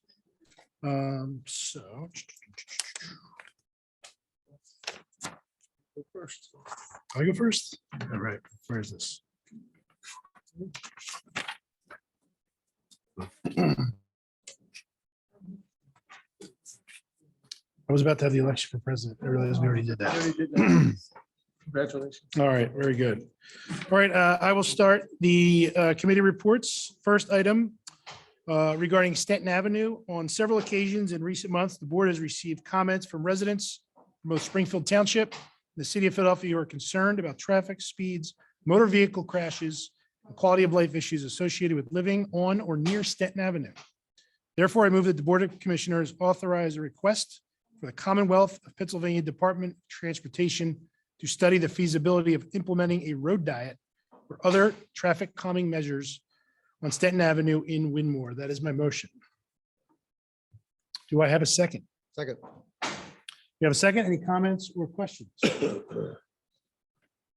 Okay, please signify your support by saying aye. Aye. Aye. All opposed, say nay. Please record a unanimous vote.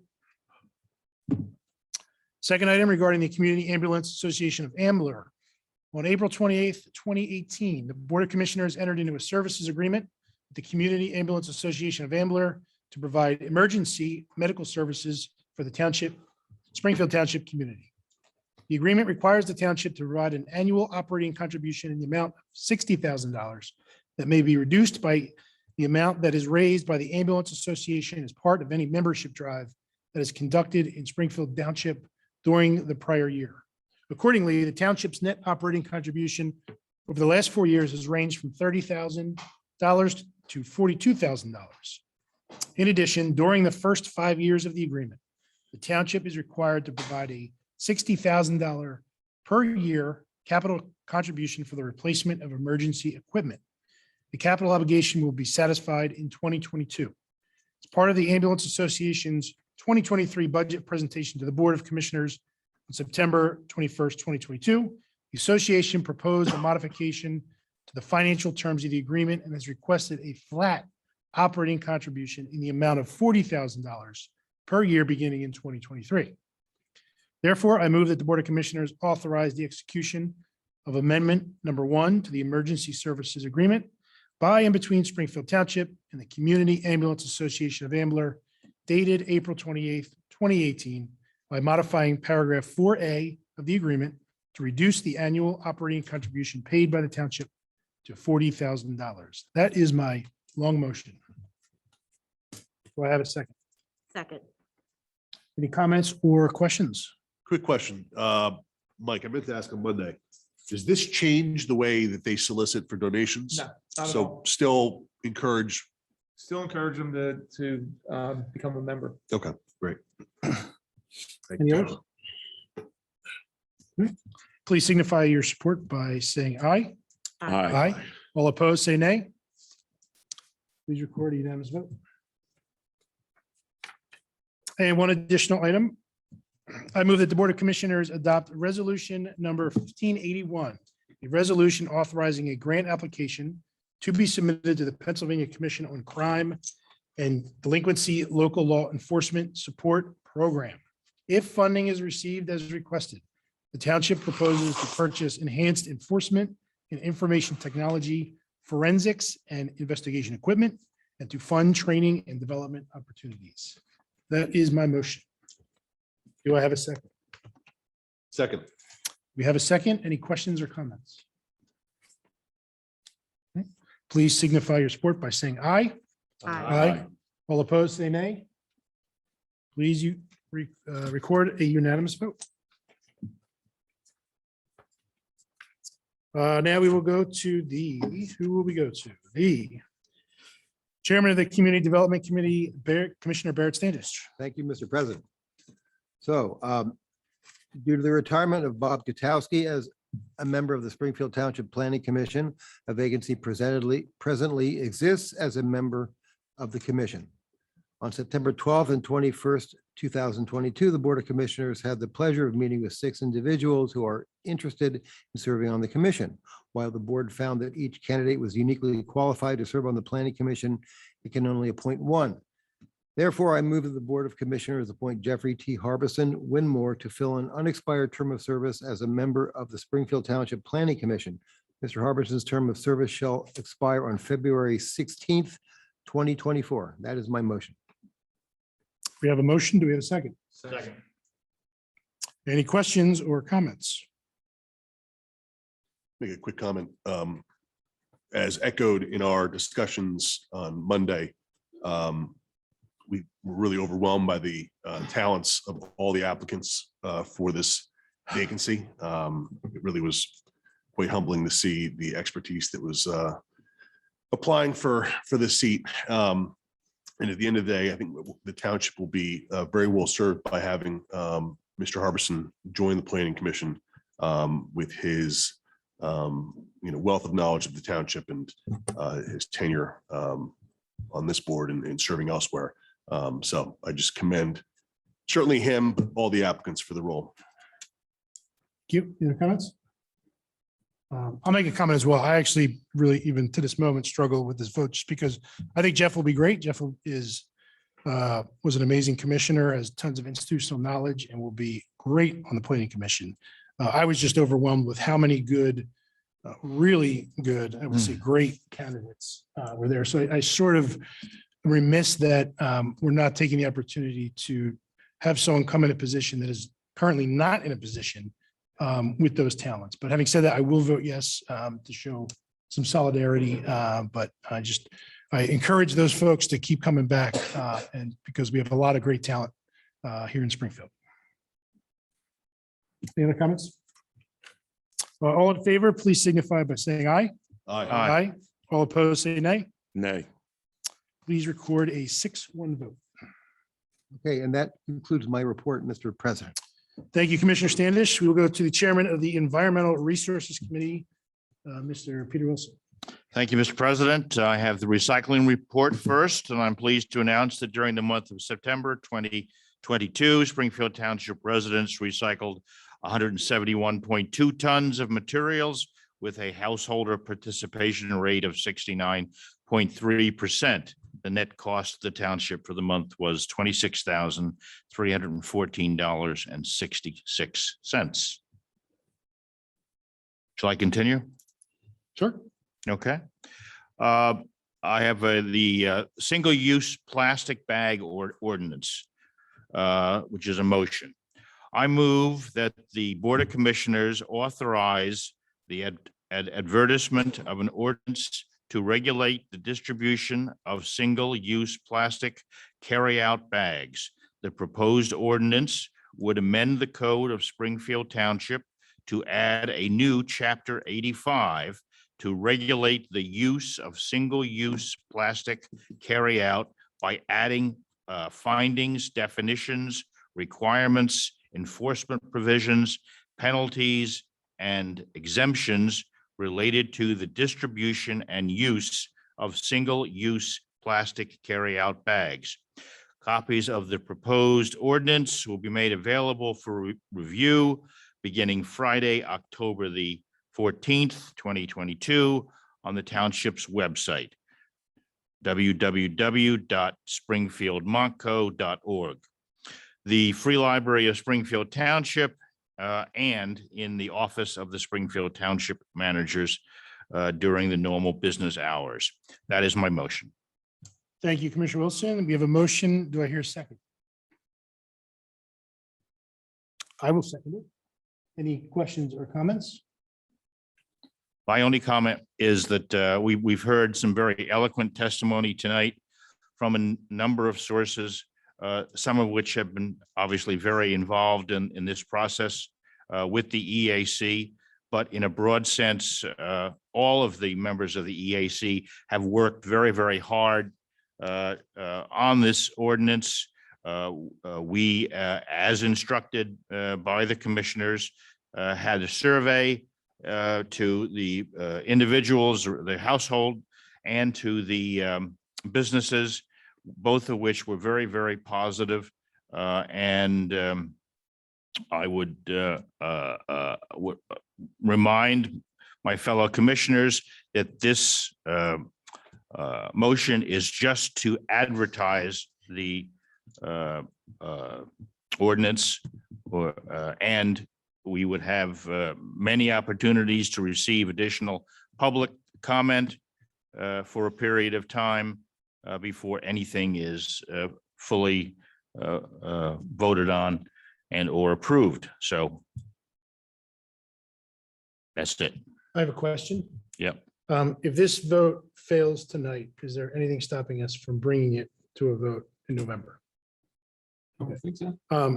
Well, there would have to be a vote at some point to advertise it. Correct. that's- I'm just I think saying that's what he redoing meant, it to advertise in it. November. So I know from our discussion Monday, some commissioners just felt like you might support it, but you wanted more information, you wanted more time. I will note, just because of the way the dates work, if we pass this tonight, again, it's not to pass the ordinance, it's only to authorize the advertisement of the ordinance. That has to be in place for 30 days. We have a earlier meeting in November, so we can't vote to pass this ordinance in November anyway. So the earliest that we would put a vote up to pass this ordinance would be December, 2 months from now anyway. So even, again, if we just advertise it now, we'll get more feedback. We'll have 2 months to consider. And if at that point you don't agree with it, vote no. So I would encourage us to at least pass it, that we can advertise it and go from there. Mr. President, I'll make a comment real quick. And this is sort of following up on what I shared on Monday night and then shared in an email response to a resident this afternoon, in which I should have backed up my just my thoughts with some news articles that I gathered. I will vote to postpone this. I just don't think we should start the clock ticking on this just yet.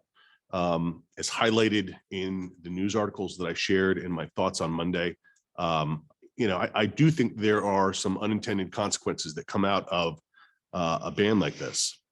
I think everybody on this panel and everybody, frankly, who spoke on both sides of the issue tonight, agrees we've got a plastic problem, and things need to be done to address it. I don't know if a ban of single-use plastic bags is the answer. From the articles that I highlighted today, and these were from mainstream news sources, but they cited that, in California and areas where these bans have been put in place, there has been an increase in sales of heavier plastic bags as people replace single-use bags in their homes, whether it's in the trash receptacles or, pick up dogs. I happen to do a lot of shopping in my family. I'm constantly actually shopping, it seems, with 3 kids. It seems like every night we're stopping at the grocery store, at Wawa, at somewhere. And we use those single-use bags all the time for wet swimsuits, for the dogs, for stuff in the house. And we would probably end up replacing those. I do think that paper bags and permanent bags that would replace these don't offer, I think they offer just as a environmentally complex solution as the single-use plastic bags do. And so I think it's a complex issue. One of the articles I sent today to the board was from last month, again, from the New York Times, citing the New Jersey ban and how it has resulted in families just having an overflow of, these plastic and polyurethane bags from Grubhub, from all these other places. If you go to Wawa, New Jersey, you end up taking home, a relatively thicker single-use bag, but it meets the mandate for not being single-use. And so you end up sort of gaining a plethora of these things. And yes, there are solutions to be had. And I think that in the end, we can find a way to get to this place. But I do think that at this time, it does give me pause to, work through some of those issues. And so for that reason, I'm going to be voting against it. Again, Jonathan, the motion is just to advertise. It's not to do anything else except advertise. But it starts the clock. And so, which can be stopped at any time. It's up to us. And so that sort of dovetails to my other point, and this may mean, there may be some counter arguments to this, but, we are experiencing daily challenges with buying food in the grocery store, with bills at home, with watching the market go down seemingly every single day. And we have so much uncertainty and a very real possibility of heading into a recessionary period that I just think that the timing to even entertain something like this, granted, the economic imposition that it may put on residents, on businesses might be small, but it's an imposition nonetheless. At a time when businesses, families are already being imposed upon enough, I just think that the timing around the board is just not right for right now. So I'm not dismissing this. I'm not saying it's not important. I'm just saying that, one, the communities have put this in place, have seen unintended consequences. Let's see maybe how they work it out. And also let's just kind of get to a better economic environment for families and businesses, rather than what we're kind of heading into right now, what we're experiencing right now, to entertain this issue. So for those reasons, I just think the timing is not right to start the clock. Any other comments? I'll just make a comment. I mean, I would say that I understand where everybody's coming from, and I agree with the sentiment that in the long run, plastic bags are bad for the environment, that sort of thing. I wrote Mr. Metz an email this afternoon or this morning, and the point that I made specifically was that I don't feel that what we should be doing is social engineering. I think we are here to inform and educate, and I think that's the mandate to the EAC, and they've done a really good job. But this is the first situation where I feel that they've kind of crossed the line, and now they're, promoting legislation. The proposal that they have in front of us doesn't have, as far as I can see, any real component of education and information with respect to promoting voluntarism, either from businesses or from shoppers or whatever. And I'd like to see that component. And Mr. Metz, when I proposed that to him, he says, well, who's going to do that? And I wrote back, you're going to do it. EAC is going to do it. That's what the mandate is. Come up with a plan. That's my feeling. I'm not saying that in the long run, maybe there's room for this, but I don't see that component, and I'd like to see that. So, Well, Baird, respectfully, the EAC has been discussing this issue for probably close to a year. Okay. To say this hasn't been thoroughly discussed is Well, I'm not not saying it hasn't being fair to the I'm not EAC. saying they haven't discussed it, but they certainly haven't made a recommendation along those lines. This ordinance is their recommendation. I know, and what I'm asking for specifically is a recommendation for, encouraging volunteerism, informing people as to why that's important. Going around and asking businesses to voluntarily, not provide plastic bags. Whole Foods does that, just on a voluntary basis. If you go to a Comfort Inn or a Holiday Inn, there's a big sign there. It says, we want to conserve water. We don't want to, whatever. Please, if you want towels, extra towels every day, we'll do it. But, if you don't throw them on the floor, we won't pick them up, and we're doing what we can for the environment. Now, there's no law that says they have to do that, but this is what they do voluntarily. And I champion that. But I really feel strongly that these businesses and shoppers, people have to really, take it upon themselves to understand this. And I don't like the idea that, Big Brother is telling them what to do without, just because, one Monday night we had an hour-long or 15-minute long, PowerPoint presentation that, by and large, nobody got to see, so that's what I feel. Okay. Well, again, this is not the beginning of this process. This is not the end of the process.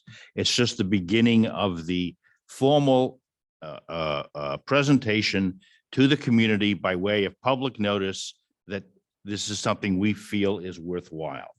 And that is the statement that we would be making if in fact we authorized this action tonight.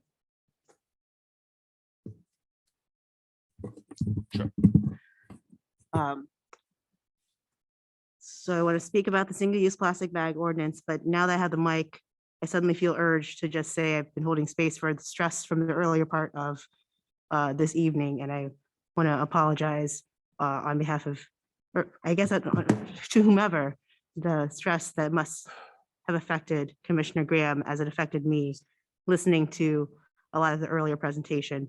And I wanted to wait until the end of our business to speak to that. But I just wanted to at least clear that air for myself and likely my constituents. But as to the single-use plastic bag ordinance, I only disagree to Baird's assessment that they needn't suppose any ordinance. I think it's fine. I just am not sure that this ordinance has been completely covering some of the concerns as Commissioner Cobb suggests that we've spoken about. You've heard my opinion at the workshop meetings, not just this time, but the previous two times that this issue has come up, that the onus is really put on residents and not enough on businesses, and it doesn't feel proportional yet to me. Also, I would like to see, like Commissioner Sanders says, some movement toward programming or education first. This is almost cart before the horse situation. I'd like to see that movement first, or see how that plays out, or have those discussions, and or talk about different ideas, as Commissioner Cobb said, out there. Maybe review more of the white papers to see what other ordinance measures can be taken. Not that I'm opposed to it in general, nor do I want to discourage the EAC and others from continuing down this path, because I don't think there's anyone out there that truly loves single-use plastic bags, neither these nor the larger ones or the next however many levels up there are. I just am not sure that in the reading of this particular ordinance, I'm ready to move forward in that direction until we've looked through a few other options. Again, I want to point out, this is just the beginning. Nothing is in stone here. It's a fairly broad ordinance that can be interpreted. We can add things, we can subtract things.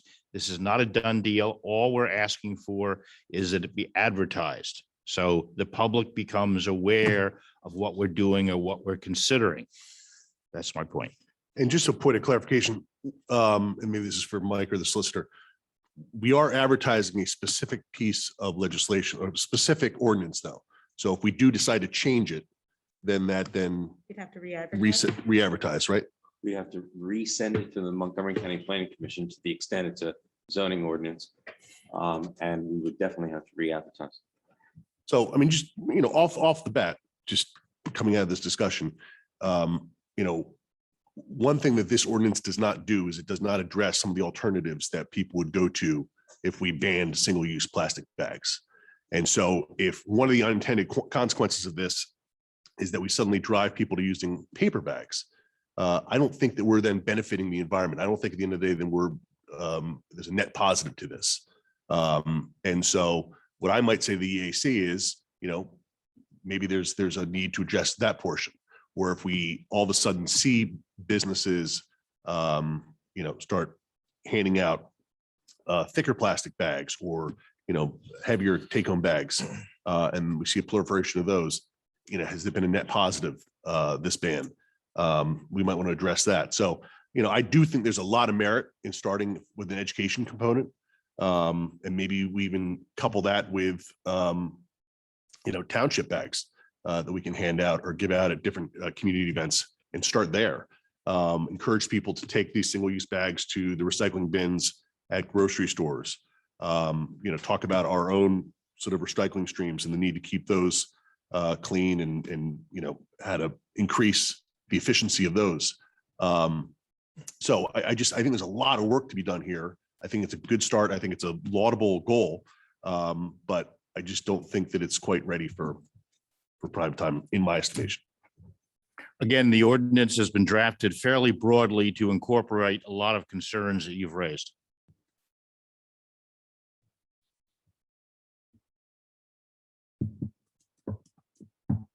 Any other comments? Okay, we have a motion. We have a second. All in favor, please signify by saying aye. Aye. Aye. All opposed, please say nay. Nay. I'm going to need help counting that. 3 to 4? 3 to 4. Please record a 3 to 4 vote against the motion. Or, is that right? So it's not passed. Does not carry. Does not carry. Okay. Okay, moving on, Mr. President, I have resolution number 1578, recycling equipment grant tub grinder. I move that the Board of Commissioners of Springfield Township adopt resolution 1578, a resolution authorizing a grant application to be submitted to the Pennsylvania Department of Environmental Protection Recycling Equipment Grant Program. The grant proposal is in the amount of $350,000 and will be utilized to fund the replacement of the township's 2006 tub grinder that is utilized to process our leaf waste. That is my motion. You have a motion? Do I hear a second? Second. Any questions or comments on the tub grinder? All in favor, please signify by saying aye. Aye. All opposed, say nay. Please record a unanimous vote. Okay. My next resolution is 1579, recycling equipment grant trailer and hauling vehicle. I move the Board of Commissioners, Springfield Township, adopt resolution 1579, a resolution authorizing a grant application to be submitted on behalf of the Montgomery County Recycling Consortium to the Pennsylvania Department of Environmental Protection Recycling Equipment Grant Program. The grant proposal is in the amount of $350,000 and will be utilized to purchase 3 trailers with walking floors and a hauling vehicle. The equipment will be utilized to transport recyclable materials from the consortium's transfer station to its designated recycling processor. That is my motion. Motion has been made. Is there a second? Second. Any questions or comments? All in favor, please signify by saying aye. Aye. Aye. All opposed, say nay. Please record a unanimous vote. Thank you, Mr. President. Concludes my reports tonight. Thank you, Commissioner Wilson. We will move on to the Chairman of the Cultural Resources Committee, Commissioner Graham. Thank you, Mr. President. I have no report this evening. Thank you, Commissioner Graham. We will go to the Chairman of the Public Works and Facilities Committee, Commissioner Maxwell. Thank you, Mr. President. My first item this evening is for the sale of used equipment. At the September 14, 2022 meeting of the Board of Commissioners, the board authorized the sale of 3 used vehicles via the municipal online auction site. One of the vehicles to be auctioned was a 2012 Chevrolet Tahoe police car with 103,164 miles and 18,367 hours. After listing the vehicle for sale in a preview mode on the auction website, the township was contacted by Chief of Police of, Mike, help me here. Montpelier, Vermont, with a request to purchase the vehicle directly. Section 1501.3, Section 1 of the Pennsylvania First Class Township Code permits the direct sale of personal property by a township to another county, city, borough, town, or township. Therefore, I move that the Board of Commissioners rescind its prior authorization to sell the 2012 Chevrolet Tahoe via the municipal bid online auction site and authorize the sale of the same vehicle to the city of Montpelier, Vermont Police Department for the sum of $9,000. That is my motion. Motion has been made. Is there a second? Second. Any comments or questions? My youngest kid is currently learning the state capital, so I know Montpelier is the capital of Vermont. Good job with the sale. All in favor, please signify by saying aye. Aye. All opposed, say nay. Please record a unanimous vote. Next item is the bid for the Cisco Park Carlisle Road Stream Bank Stabilization. On Thursday, August 18th, 2022, Springfield Township received bids for the Cisco Park Carlisle Road Stream Bank Stabilization Project. The scope of work for the project includes the construction and installation of approximately 128 linear feet of gabion wall concrete footers, 126 linear feet of gabion basket walls, and related construction improvements along the paper mill run within Cisco Park and the 8800 block of Carlisle Road. One bid was received from Bill Ankis Company Incorporated of Ellsberg, PA, in the amount of $585,060. The township has received grant funding in the amount of $510,424 from the Federal Emergency Management Agency and the Pennsylvania Emergency Management Agency, and will be responsible for $74,636 or 12.8% of the total project cost. Therefore, I move that the Board of Commissioners award a contract to Bill Ansky's Company Incorporated of Ellsberg, PA for their low bid price of $585,000 and $585,060. That is my motion. We have a motion. Is there a second? I second that. Any comments or questions? I think when we left Monday, our engineer was going to go back to the contractor and see if there were any credits that could be given or. He's still hopeful that we can work something out. Yeah, to try and- to me, it just seems like a hellishly big number. Yeah, most of that cost is associated with the access to the Carlisle Road project, which is off-road. Yeah. Okay, as long as you're working on it. Mostly, I thought Tim was going to see if he could do it within the time period. Right. Yeah, he We said have the a timing is meeting not a tomorrow. problem. That's been confirmed. Okay. And the contractor is interested. And Tim is hopeful that we can maybe try and find some cost savings in some of the methods of construction and access. And, Yeah. and just to be clear, we're talking about also having federal grant money to take care of a large portion of that large number. Correct. And we have a bit of a quote unquote bird in hand situation as opposed to waiting and delaying this. Is that right? Correct. Right. So if we go to rebid, we run the risk. We of run the risk. Finishing in time and losing. those Losing the federal federal dollars. funds. Any other comments? All in favor, please signify by saying aye. Aye. All opposed, say nay. Please record a unanimous vote. My next item is the bid for the Burton Road Stormwater Improvements. I move that the Board of Commissioners authorize the advertisement of bid specifications for the construction of the Burton Road Stormwater Improvements Project.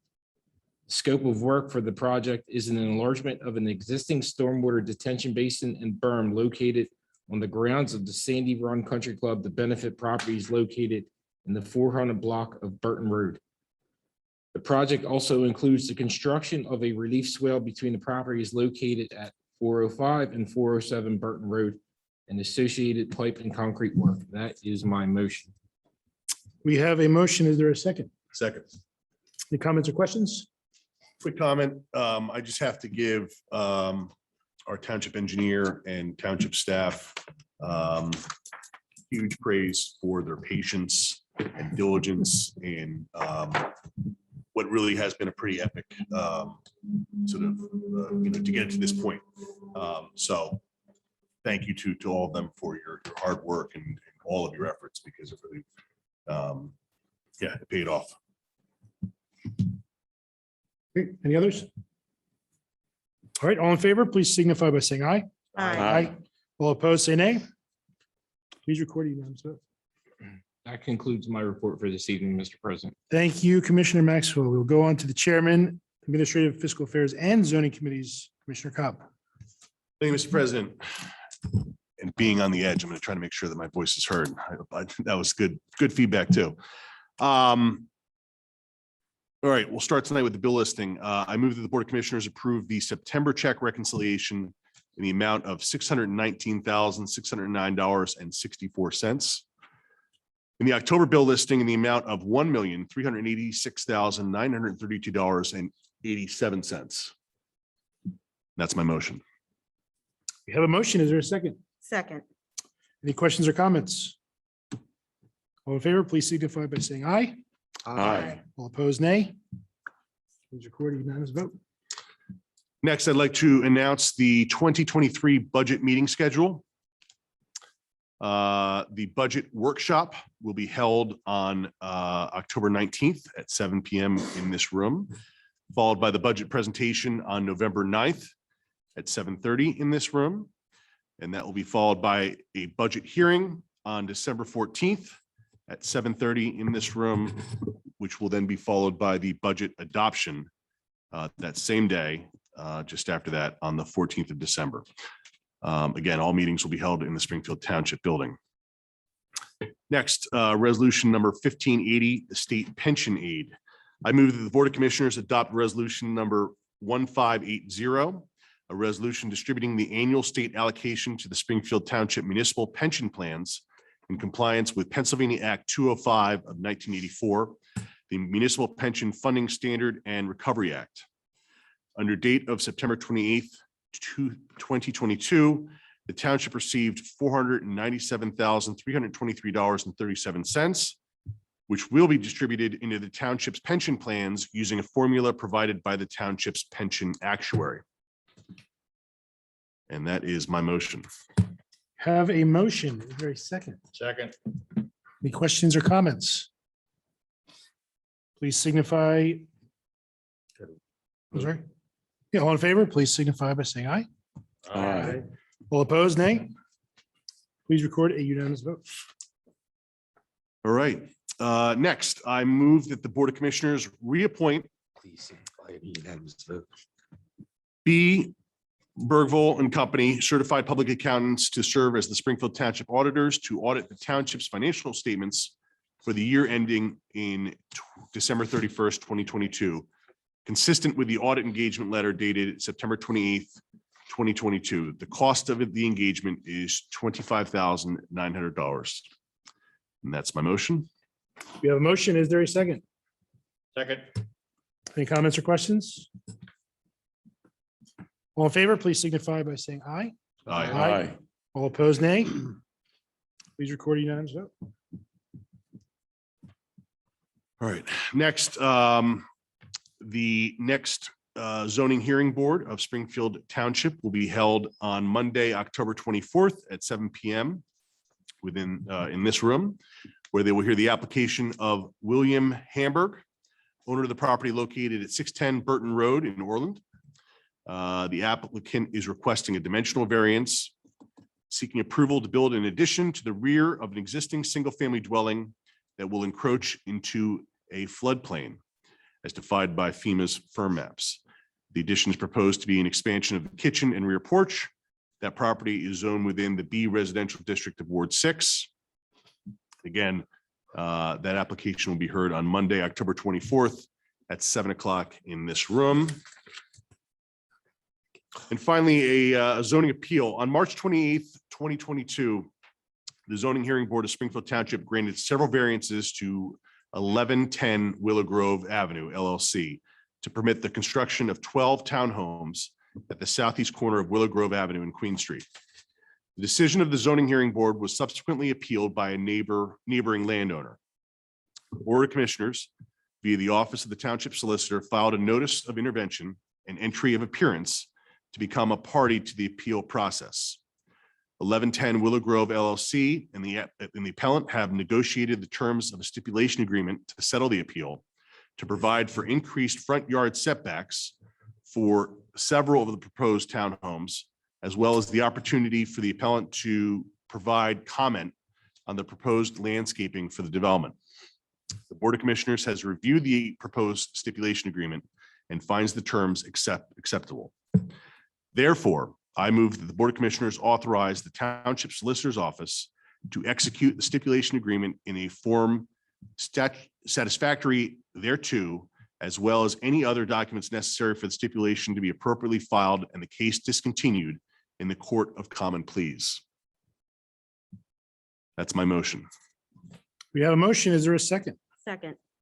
Any comments or questions? All in favor, please signify by saying aye. Aye. All opposed, nay. Please record a vote that is unanimous. All right, and that's my report. Thank you, Commissioner Cobb. I think it is important to let the public know the Phillies are losing 3-0 at the top of the eighth. And we will go on to the chairman of the, sorry for setting you up like that, Commissioner, the chairman of the Parks and Recreational Resources Committee, Commissioner Retsavan. Thank you, Mr. President. I have three motions for us tonight. The first, I'd like to say that the Board of Commissioners was recently informed that, again, an N person here, and a soft speaker. The Board of Commissioners was recently informed that David Morris, the designated representative of the Friends of Hillcrest Pond on the Springfield Township Parks and Recreation Advisory Committee, has found it necessary to resign his position effective immediately. At the September 15th meeting of the Friends of Hillcrest Pond, the Friends unanimously voted to recommend Nick Matteo to serve as Mr. Morris's replacement. Therefore, I move that the Board of Commissioners appoint Nick Matteo to fill an unexpired term of service as the designated representative of the Friends of Hillcrest Pond on the Springfield Township Parks and Recreation Advisory Committee. His unexpired term of service shall expire May 12th, 2024. That is my motion. You have a motion. Is there a second? Second. Any comments or questions? All in favor, please signify by saying aye. Aye. All opposed, nay. Please record a unanimous vote. Welcome, Mr. Matteo, to the committee. The next motion I have is a resolution number 1582, the PA DCNR C2P2 grant.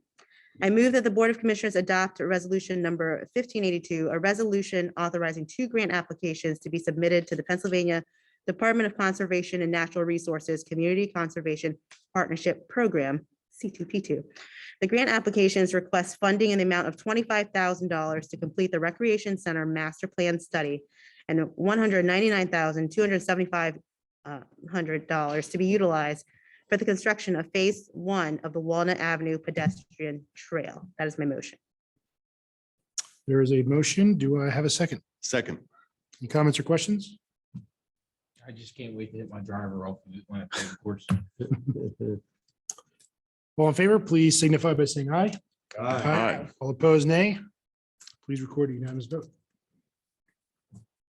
And while I mentioned the Recreation Center Master Plan Study, and I want to echo those Planning Commission applicants were wonderful. And any of those who have not already submitted to be interested in the Recreation Center Master Plan ad hoc committee that we're developing, please, I invite you once again to apply. The next motion I have is for resolution number 1583, the DVRPC Regional Trails Program. I move that the Board of Commissioners adopt resolution number 1583, a resolution authorizing a grant application to the Delaware Valley Regional Planning Commission Regional Trails Grant Program. The grant application requests funding in the amount of $100,000 to be utilized for the construction of Phase 2 of the Walnut Avenue pedestrian trail. That's my motion. You have a motion. Is there a second? Second. You have a second. Is there a third? Sorry, it's getting late. Are there any questions or comments? Just to reiterate that the Phase 1 of the Walnut Avenue Trail basically is the trail along Sandy Run Golf Course that takes us along Walnut Ave down to Sandy Run Park. And then Phase 2 would actually take us from Sandy Run Park, connecting to the trails on the Upper Dublin side. So it could just sort of extend that trail network to a much larger trail network in neighboring townships. So I would also like just to comment, pretty much every month we vote on at least one and sometimes multiple grant opportunities. So I just want to acknowledge our staff for really digging in, bringing us those opportunities. It creates a lot more work, right? That guy. Our assistant township manager, Brandon, does a tremendous job with these grant opportunities, and they are a ton of work, but they allow us to really do some really cool improvement projects. I just want to acknowledge both of you for that. Well, if I can just also say that although it's great to put these applications in, we're not always guaranteed that we're going to receive them. So, I mean, although there's a lot of money on the table, potentially it's, some of it's funded, some of it's not funded. And I would say we probably have a pretty good hit rate, because of. I think we do. Do you know where you're ranked? Do they publish 80 rankings? if anyone's keeping track. 80%. All right. Any other comments On that issue or generally? on this motion on the table No. or the floor? What are the motions? Is it on the floor or the table? Whatever. I'm really tired. 1583. All in favor, please signify by saying aye. Aye. All opposed, nay. Please record a unanimous vote. And I, again, would use this time to echo that if you have comments on trails in general, on which several of us serve, the Trails Committee is working toward creating a Springfield Township Trails Plan, and I continue to echo that even if you missed that meeting, please submit your concerns and interests. There is a trails link on the website that you can go to submit your topics of interest and concern. And that concludes my committee report, Mr. President. Thank you, Commissioner Retsavan. At this time, I would announce that the board is once again open to receiving public comment. Okay, seeing Or no, other comments? yeah, any comments, sure. Okay. So I just wanted to, I was requested to read this to the board. This is from one of the gentlemen who spoke tonight regarding the advertisement for the ordinance for the plastic bags. And there was some discussion about, crime and plastic bags. And he's saying, please let the rest of the board know that none of the suburban communities that have passed bans have reported an increase in crime. Whatever that's worth. Thank you. And I got a couple quick things, Mr. President. Sure. One, a lot of work goes into planning Community Day. And it is a rain or shine event. So unfortunately, if it does rain, all that effort and planning is for naught. But I do want to thank all the volunteers who put a lot of effort into that. We did have a very fun 5K race in the rain, which I'm pleased that my nephew won. It's kind of exciting. And then a nice little 1 mile fun run after that. But again, a lot of work and effort goes into that. So publicly to Carrie Bocella and Sarah, I'm going to mispronounce her last name. Judas. And I know there's a couple of other individuals whose names escape me now, but big thanks from everybody up here and the township at large, because your efforts are much appreciated. And secondly, it was sort of echoed throughout the discussion tonight, but I think it needs to be repeated again that our township police department does incredible work. They've had a very, like everybody, have gone through a lot of the last couple of years and have done everything this board has asked of them on the township side, and continue to serve our community in an exceedingly honorable way. And I just think that that shouldn't get lost in the debate over this other stuff. And again, as Commissioner Daley brought up, on a day when 3 officers did get shot at in Philadelphia, this is a profession that is more dangerous today than ever. And we asked of them a lot. And as also was noted, our township is not, we are experiencing more stuff in our township. And so I just think that our department specifically does deserve a lot of praise and honor for what they do. And sort of lost in all this, and I share this often, but I do wish that we can find a way, not only in Springfield, but kind of seemingly everywhere, to just, kind of turn down the temperature on some of these debates. Because at the end of the day, I do think that civil discourse is the greatest thing that we have in this country. And we need to, find a way. I think that difference of opinion is a good thing. And we need to find a way to listen to each other, to hear each other. It was echoed tonight by Mr. Graham.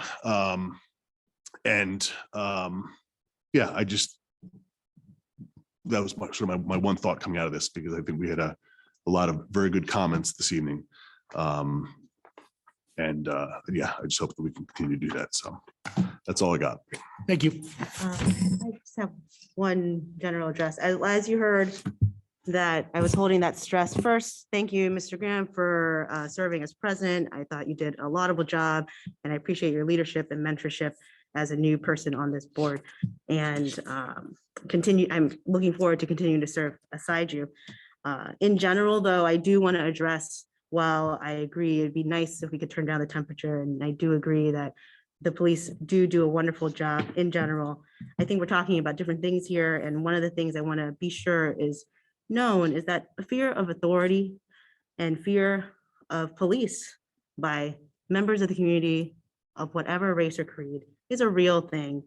And it happens to many people, more, certainly more among people in the Black community. And it does not really truly matter how many, if it's 1, 2, 100, 1,000 who have this fear. I should hope that we want all of our community to not have that fear, to actually have that trust and feeling of trust with the police force here in our community. I think that's just a general tenet that we should strive toward for everyone, no matter what the situation is. I would expect that our police force in general also strives toward that. They want to build that trust. They've said they want to build that trust, and I know they do. Like, as I said, they do good work. I also want to reiterate that while it was quiet here, and I know that it was very stressful, as I said, for Commissioner Graham, I'm sure, to experience some of the commentary that he did experience. It's stressful for me too, not just as a person of color, just as a human, to be berated in such a way. And I want to finally say that it is not just an Eddie issue, echoing that there is fear out there and that we want to have trust in our community. It is not just an Eddie Graham issue or a Commissioner Graham issue. I certainly dissent and disagree with the use of that symbol to be affiliated with our township in any way because of that fear. I want to be sure that people feel comfortable coming here to our township, being in our township. And if there was any symbol, if it was, I think as Commissioner Standish said to me once, if it was a duck or what have you, that really created that sense and palpable sense of fear and stress for people, we want to remove that. And it is not just a Commissioner Graham issue. It's something I feel very strongly about and want to echo that. Although I know you've heard me say this in various forums, want to echo that here tonight. Thank you.